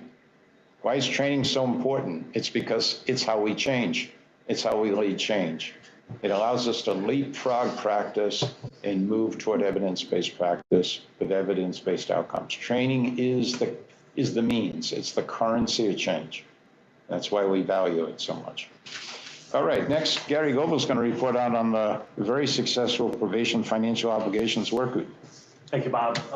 I think the commission members and audience are aware we have been managing a probation financial obligations group. I'd like to thank those who have participated, co-chairs Kim Davidian of Orange County and Joanne Miller of Madison County, as well as OPCA staff, probation professionals from across the state, other stakeholders, including Anthony, other staff from OCA, the DA's Association, representatives of Safe Horizons, who's a designated restitution collection agency in New York City, and some others. And I think the importance of this, Bob, in his introductory comments earlier this morning, made reference to it, but OCA staff has developed a uniform restitution order that includes elements of the confession of judgment and other, the judgment, and other statutory requirements to serve multiple purposes. And again, the importance of that is to have uniform practices across the state. So I think the implementation of that form,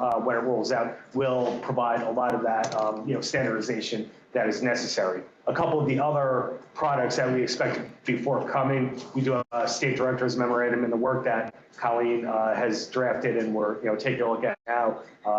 A couple pieces of that is a standardized affidavit for the restitution surcharge. The law states 5%. It can be greater than that, up to 10%, if approved by the court. So it's kind of a standard process for that, as well as a partial satisfaction to be filed with county clerks at the conclusion of a sentence, where a judgment is in place. So a few things that we'll be providing information on. Importantly, the next phase of the work group is going to be kind of digging into some of the legal questions that departments have run into over the years. And I know they have been provided to the co-chairs, over recent years, as well as to our staff. There's a collection of existing guidance documents on it, and we'll be digging through those, see what needs updating and so forth. So we appreciate everybody's attention to this. Great. Thank you, Gary. Any comment on the probation financial obligations work group? Questions? All right, I'm going to highlight the work of Bill Parrott and Just Cherry over at OCA again. Outstanding work, Anthony. Please extend our appreciation to them. Bill's been and Jess have been real partners in this, and very receptive to the recommendations, real partners. And Tony Jordan, the DA up in Washington County, very busy guy, president of the District Attorneys Association, practicing district attorney, but also gave us great feedback on the ensuring protection of victims. So everything came together in this process, and thank you. Next is Teresa Scano-Hansen, who's going to actually report on a number of subjects, including raise of the lower age. So she's going to cover that for Jen Cox as well. And since you've got three areas, you're always very substantive, Teresa. You always have a lot. I'm going to turn to you now. I'll be less substantive here, Bob. So just a quick update on our continued technical assistance. We've been growing our team in the juvenile probation operations unit and continue to provide not only daily technical assistance to probation jurisdictions on the nuances of our annual law changes in the juvenile justice system and its impact on probation in New York State, but also more targeted and a deeper focus with a couple specific jurisdictions, and we're moving into our second jurisdiction in just a couple of weeks, where we're taking more of a deep dive into the local probation system design and practices. So we're really looking forward to that. In addition to the technical assistance, our team has kicked off a rather large-scale training project called the Collaborative Caseworks Training Series, which is a contract with Orbis Partners, our vendor, our youth assessment tool, the YAZI assessment instrument. This initiative has several components. We're currently in the first component of that training series, which is the collaborative caseworks training for probation managers, which include supervisors, directors, and other administrators in the departments to provide a more managerial perspective to our collaborative casework model and the use of the YAZI for assessment of young people in the probation system. So that continues for about 6 more sessions, and then we transition into a larger scale training series for line officers, regular users of the YAZI.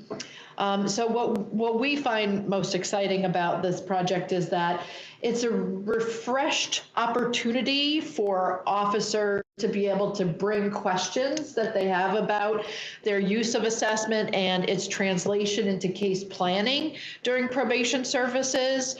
Some of them haven't had training for a period of time, so we're looking forward to that and continue to register participants for that.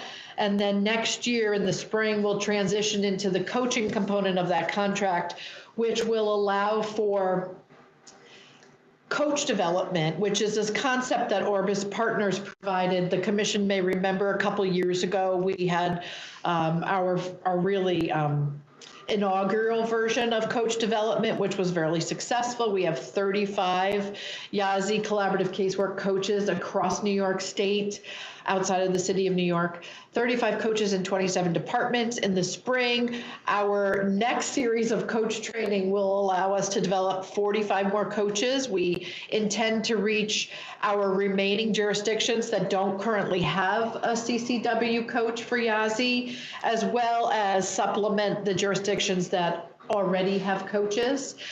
So we're really excited about that. And Teresa, before you move on, let me ask you this. What would you like to see? What would we like to see out there in terms of every county's participation in the collaborative caseworks? Why is it important for every county to have coaches trained? Well, you know, my team convenes our existing 35 coaches every other month. We provide a forum for them to meet and talk amongst one another about how they're using their coaching skills in their departments. And we see differences for sure from large departments to smaller departments. But what we've learned from the coaches is that this is really invaluable for sustaining that level of knowledge. You know, I mentioned that the refresher trainings haven't been available to some POs for a time.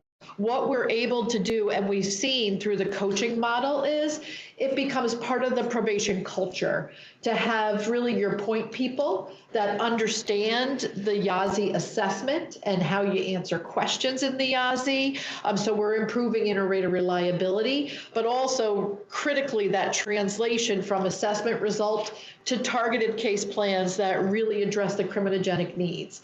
So the coaches have that advanced skill set that not only they can have regular dialogue with that statewide group, but also be regularly available on a daily basis. So certainly departments can reach out to my team, but we recognize that's a different kind of technical assistance than what a coach can do sitting at a nearby desk in a probation department. So we know that embedding these individuals in the department with that advanced skill set changes practice in a way that's different than what we can provide in trainings that occur every couple of years.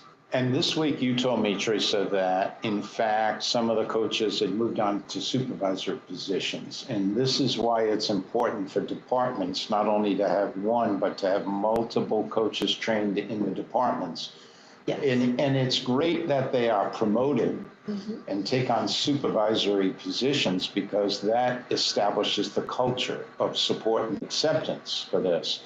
But we need more trained coaches. So we really want to see these classes filled because we're spending a lot of money. It's well worth it. Yes. This really goes to client engagement, doesn't it? It really goes to in helping officers understand how to more effectively engage individuals on supervision.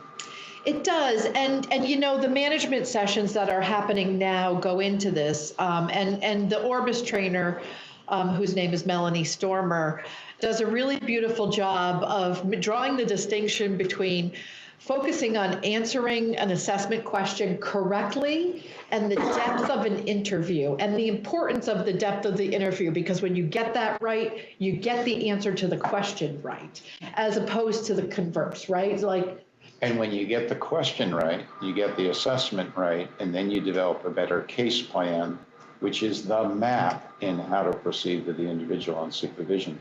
yeah, right.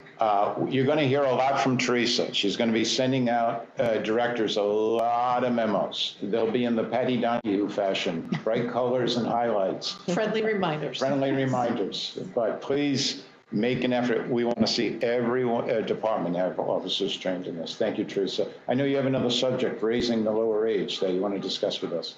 So raising the lower age becomes effective on December 29th, where New York State removes our 7 through 11-year-olds from the definition of juvenile delinquency.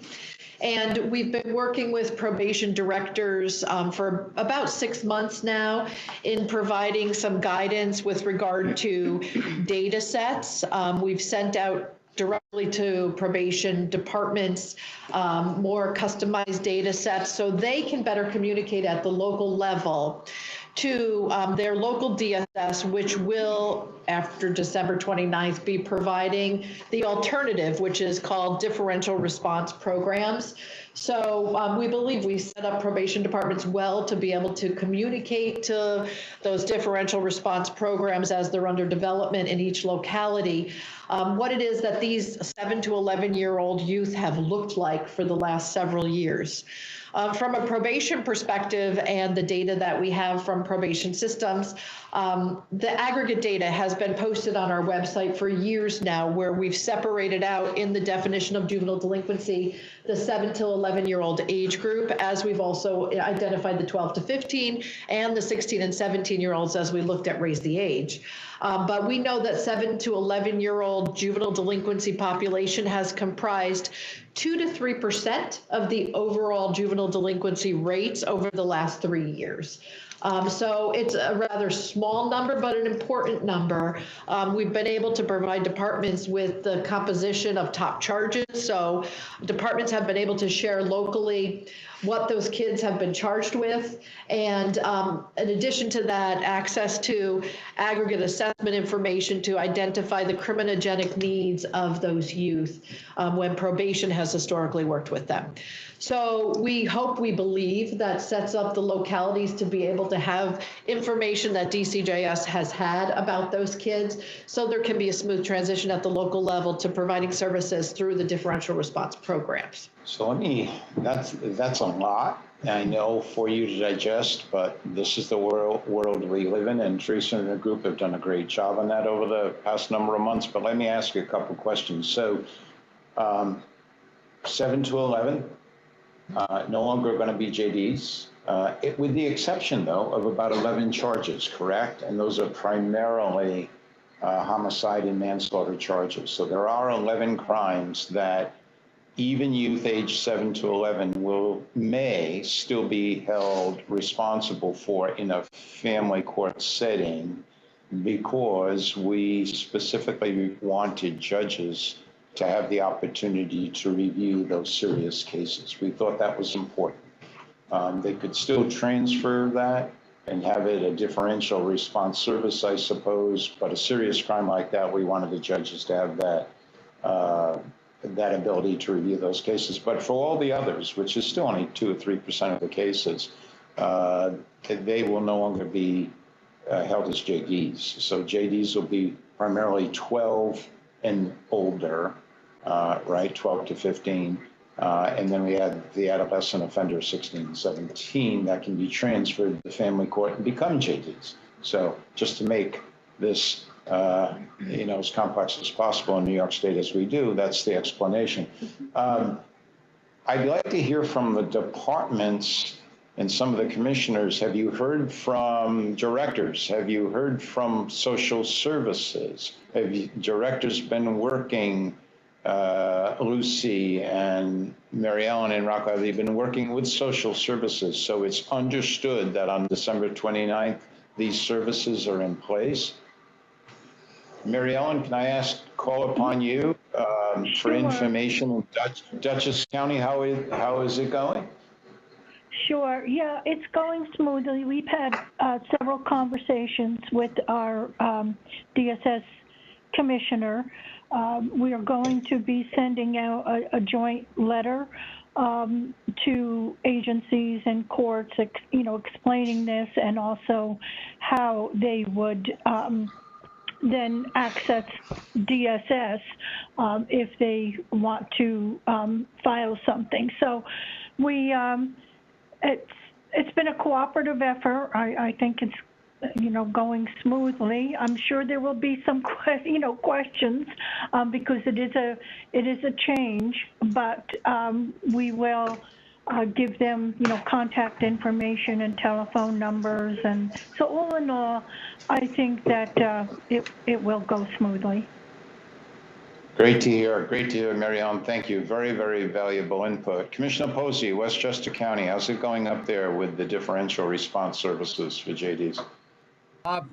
Quite frankly, in my last conversation with Mary, which was not too long ago, we have gotten nothing, from social services at this point. We've been in contact with the county attorney's office, as you know, they represent both of us, but, really nothing. We haven't been included in anything down here. Do the police know about this in Westchester County and Rocca? I can't answer that, Bob. I really don't know what social services has done. Okay. I think they know. I think they know. I think they're aware of it. But has there been an official, communication that has come out from probation? No, or from social services? Not that I'm aware of, Bob. Okay. And Teresa, do I understand? I think public safety has been involved in this, so they are responsible for also public safety and communicating with police, right? In terms of the change in the law. Yeah, I've been part of a statewide work group over the last 9 months or so, and the DCJS Office of Public Safety has representation on that statewide work group to advise police about differential response programs and has developed a referral form, much like currently there's a JD complaint form when police initiate a JD action against a young person. OPS has developed a differential response referral form, which will have a link to the statewide contacts. When I saw the last draft of it, it had a link to OCFS, and there is an OCFS website under development with a link to each jurisdiction's contact for differential response as well. Has that been sent out or promulgated yet, or is that still in the works? My understanding is it's still in the works. Okay, still in the works. So Commissioner Posey, it appears that something go out to police agencies statewide with a uniform referral. So that aspect will be addressed. I'm sorry, Joe Wargo. Yes, Joe Wargo from Jefferson County. You had a comment, Joe. Yes, three things. First, I had a meeting with all of our local SROs, school resource officers, last week, and made the announcement to them that this was coming. And they all looked at me with like the deer in headlights. They had no idea. So that was interesting. And then I had a phone call about it yesterday, and from an SRO asking me again, when does that start? So I know he's got an 11-year-old in the works that he's working on. Number two, I know locally we maintain in Jefferson County a positive relationship with our DSS, and we are having a meeting with them next week early on to go over what their plan is looking like for their differential response program. So we're kind of happy about that. And my third point is, I know we talked about the 11 exceptions, which are pretty much anything causing death. My concern is that may need to be revisited, the exceptions when you get into serious sex offenses. My case in point is we had a youth, 11-year-old, charged with rape in the first degree last month, who came in and living in the custody of grandparents, extenuating circumstances, no other family. Child openly, without remorse, admits he would do it again given the opportunity, despite any safety plans. Child ends up going directly to placement with a sex offender specific program, which was appropriate. But after the December 29th, this child would never have been able to get the services, or at least would have been given the opportunity to refuse services, because differential response programs are voluntary and not mandated through any courts. And I understand the idea is to keep them out of the criminal justice or juvenile justice system, which is appropriate. But I think the serious sex offenses may need to be considered at some point as part of the exceptions. Good point, Joe. Joe, can you send me an email on that and I can share it with our commissioner? Sure. Appreciate that. Very valuable input that certainly we need to hear. We raised some of these points previously, but it's good to hear it from the field, particularly a case scenario like that, a case-specific case which Teresa and I can communicate. So thank you. If you want to send that directly to Teresa Scano-Hansen, that's great. Yep, I can do that. That's fine. Yeah, thank you. Lucy, what are the directors? Have you had any input from directors across the state with this eventuality coming up on December 29th and raising the lower age? I have not had any real input on that. You know, everybody's aware of it, the law change. Everybody's aware that social services is tasked with, you know, coming up with that differential response program. But there hasn't really been a lot of discussion. I think, you know, I think everybody's comments are well taken that, you know, our social services contacted us here locally just to ask us for some, you know, statistics because they had to report some things to the state. But other than that, we haven't heard much. We did go up and our juvenile officer did go up and watch some sort of an OCFS training video that was out, you know, that kind of talked about the services being voluntary and that type of thing, but that's as far as we've gotten as well. And I'm not sure if our law enforcement are aware of it, but we certainly plan to bring that to their attention at a law enforcement meeting that we have monthly. Great, great work. Thank you. Let us know if any directors raise that as an issue. I'm sure we might hear something more about it as December comes closer. That's how these things tend to work. Gladys, any comment from officers out there? So we did speak about this briefly at our NYSPOA meeting, and a lot of the officers have the same concerns that Joe brought up about the serious sex offenses. And I think that part of that was also brought up because there was just recently in October a serious sex offense in Onondaga County by an 11-year-old. So that has been the conversation that we've been having. We also talked about how in some jurisdictions, DSS uses probation as a dumping ground for the cases that they don't know how to handle. And so there is concern that DSS is not going to know how to handle this if they don't make a good plan. But it'll be interesting to see how it works moving forward. But yeah, the same concerns Joe has about some of the serious sex offenses. Great. Any other comments from the commission? All right. Thank you. Very, very helpful. I'm going to turn to Nicole Aldi and then Matt Charton, and we'll conclude today's forum. So Nicole first has got some important news on a rather substantial request for proposals that DCGS worked on for many, many months. And we're pleased to say. Correct. Our award letters went out November 3rd, so a little later than anticipated, but we have awarded approximately $16 million to approximately 45 programs across New York State under the Alternatives to Incarceration, Jail-Based Cognitive Behavioral Intervention and Employment-Focused Services RFP. So that means there'll be many programs continuing that have been already going on from previous funding. However, we do have some new programs that are coming into the works. Those contracts are slated to begin in January 1st, 2023. It's a one-year contract or optional renewals, so potentially 5 years with the funding that these programs have received. So we're very excited to get out there, do the technical assistance, and continue to provide these services in the multiple program model forms that we have under this RFP. Nicole, let me ask you a question. If I'm running a program out there, I got a notice of award from the commissioner that I'm getting refunded. I wrote a good application and it scored high enough, right? And so I'm getting refunded, but I won't have my contract in my hand January 1st. Can I continue to run my program, operate my program during the pendency until I receive a contract, say in February or March, something like that? That's a great question, Bob. Absolutely. Their understanding, the contract is a very important document. However, the award letter has been given to these programs as a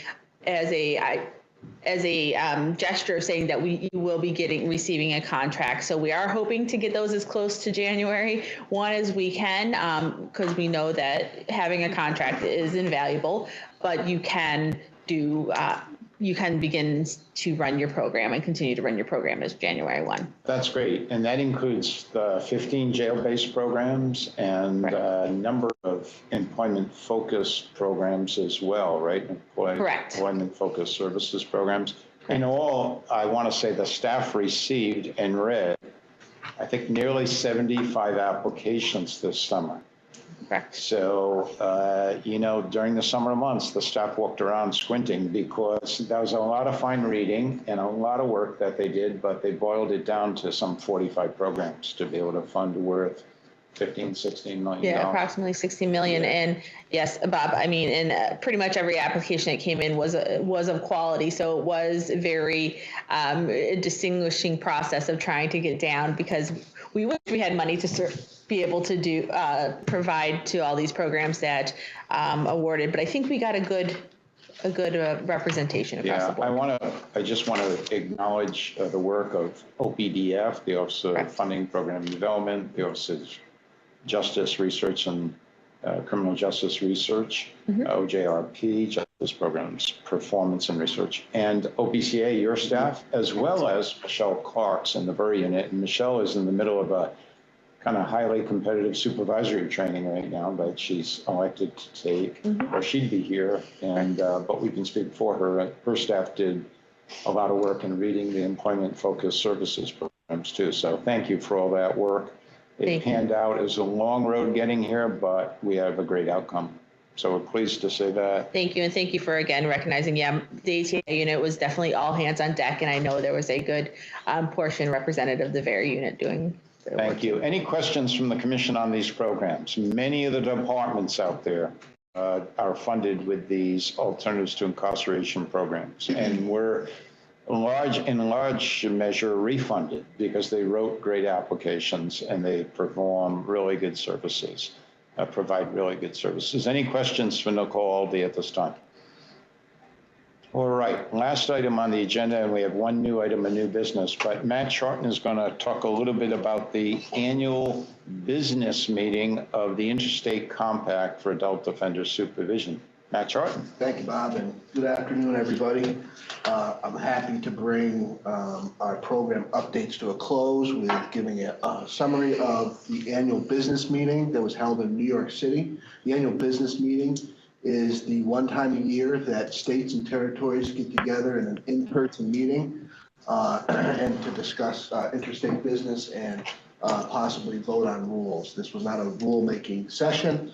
But the 3 days were chock full of presentations, discussions, and documentaries. I'm going to take some time here briefly to cover what I believe is the three main important points of the meeting. The first one was a victim impact panel that was completed and participated in by three victims of, well, they weren't victims, their family was a victim of some crimes. And the first one was Pat Tuthill. And Pat's daughter Peyton was tragically murdered by an individual who was under supervision in one state, relocated to another state where Peyton was living, and unfortunately murdered her. The other speaker was John Gillis. I know John is a very popular person in the victim community.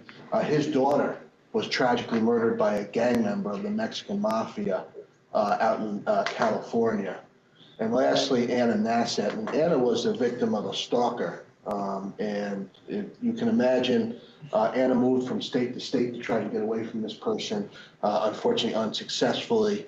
And you can imagine the interstate compact angle in that. I think it's important. The commission sometimes goes in a variety of different directions. They're trying to do the best work they possibly can. But what I really want to say is that this victim impact really brought the commission back to where it needs to be, and that's on a victim-centered or public safety-centered approach to interstate compact. And I really think that was important. If you have the opportunity, I would really encourage commission members or guests out there to go ahead and Google the Peyton Tuthill Foundation, which is a really powerful organization that tries to keep the memory of Peyton Tuthill alive. And Pat Tuthill's story is equally as strong. The next part that I want to discuss that happened during the annual business meeting is the University of Cincinnati Correctional Institute completed a study of the Interstate Compact. They did this by 3 ways. They did a record review of compact cases. They did surveys and interviews, and those interviews were done at several different levels. They talked to compact office staff. They talked to field probation and parole officers, and they also talked to people who had experience of going through the Interstate Compact. This was a pretty in-depth study, although the purpose of the study was really to kind of kick off other studies so we could take a deeper look into the compact activities. I'll briefly go through some of the recommendations. The commission should improve ways of communication between the sending and the receiving states. The commission really needs to expand the factors when looking at people who are looking to transfer through the Interstate Compact. They should continue to do focus groups, surveys, and interviews with people who utilize the Interstate Compact, and then they should continue to provide extensive training. I'm going to put a plug in here, the interstatecompact.org. If anybody wants to take a look at that UCCI study, you can go onto the website and learn more about that study, but it's pretty extensive. Lastly, as I said, this was on a rulemaking year, but there was one thing that was voted on during the annual business meeting, and that is that they're going to raise the dues for each state and territory. Currently, New York State pays about $46,000 a year, and because there hasn't been a dues increase since 2009, those dues are now going to be raised for the following year with a slight increase for the following 5 years. That is the summary of the Interstate Compact, the annual business meeting. And I'll be happy to answer any questions about that or interstate transfer.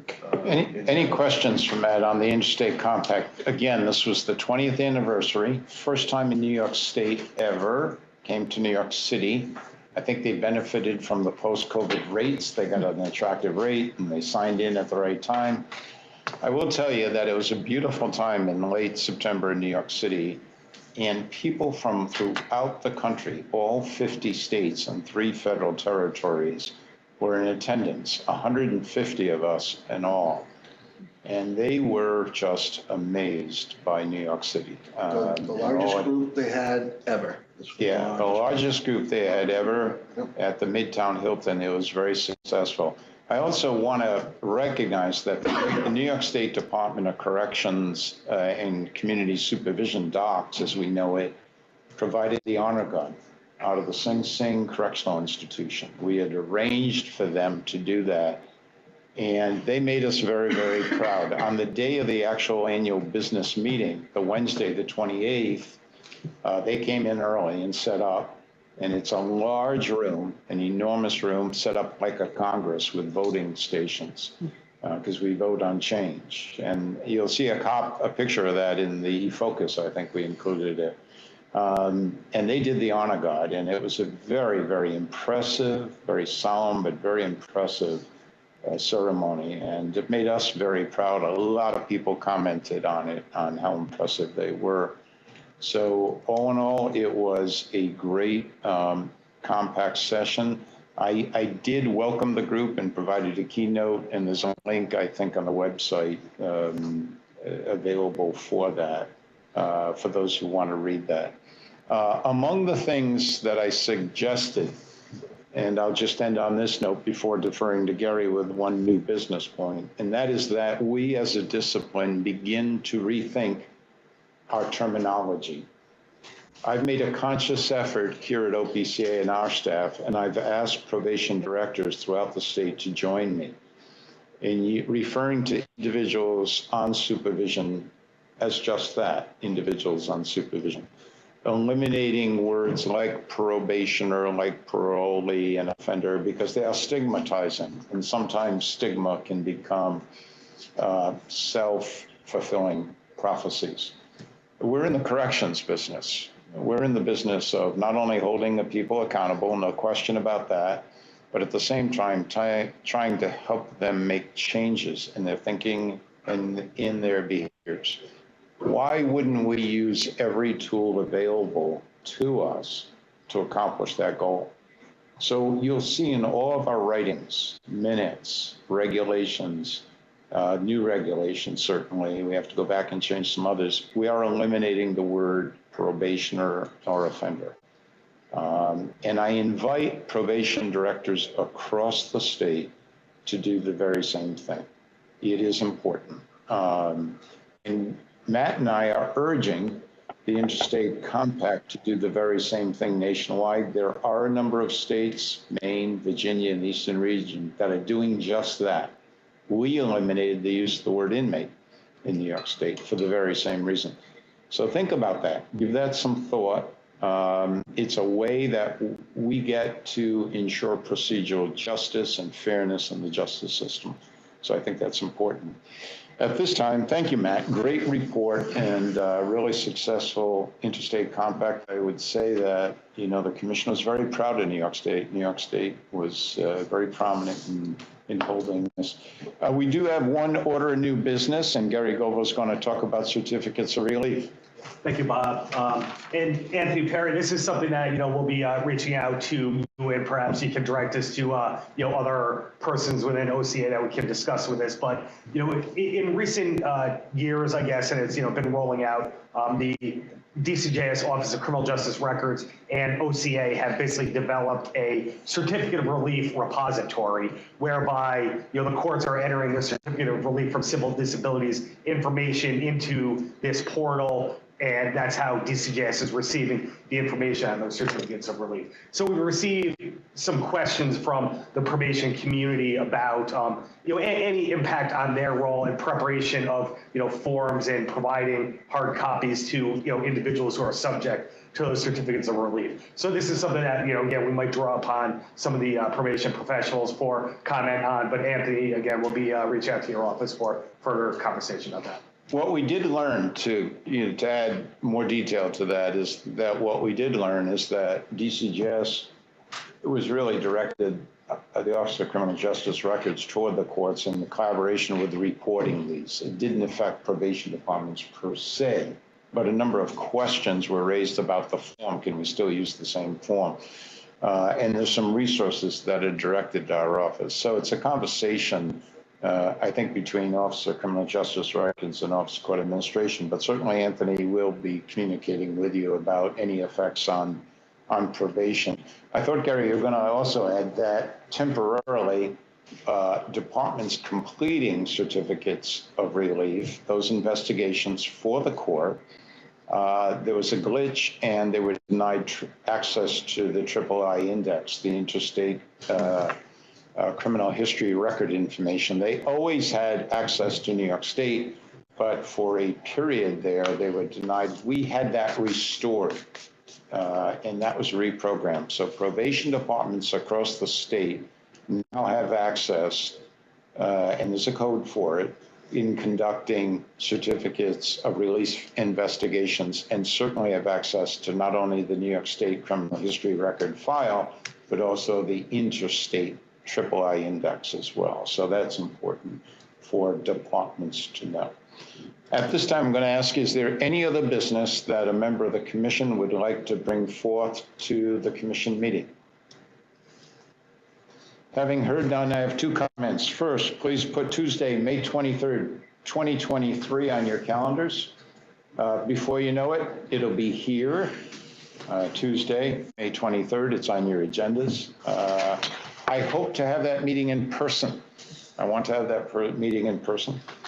And then lastly, I just want to wish you and your families a happy Thanksgiving and a safe Thanksgiving, particularly with the storm bearing down on us. Please take no chances. We need each and every one of you to return safely to the workplace after the holiday. So enjoy your holiday. Thank you and have a happy Thanksgiving. Thank you all. Thank you. Thanksgiving. Thank you, Bob. Happy holidays, everybody. Thanksgiving. Thank you.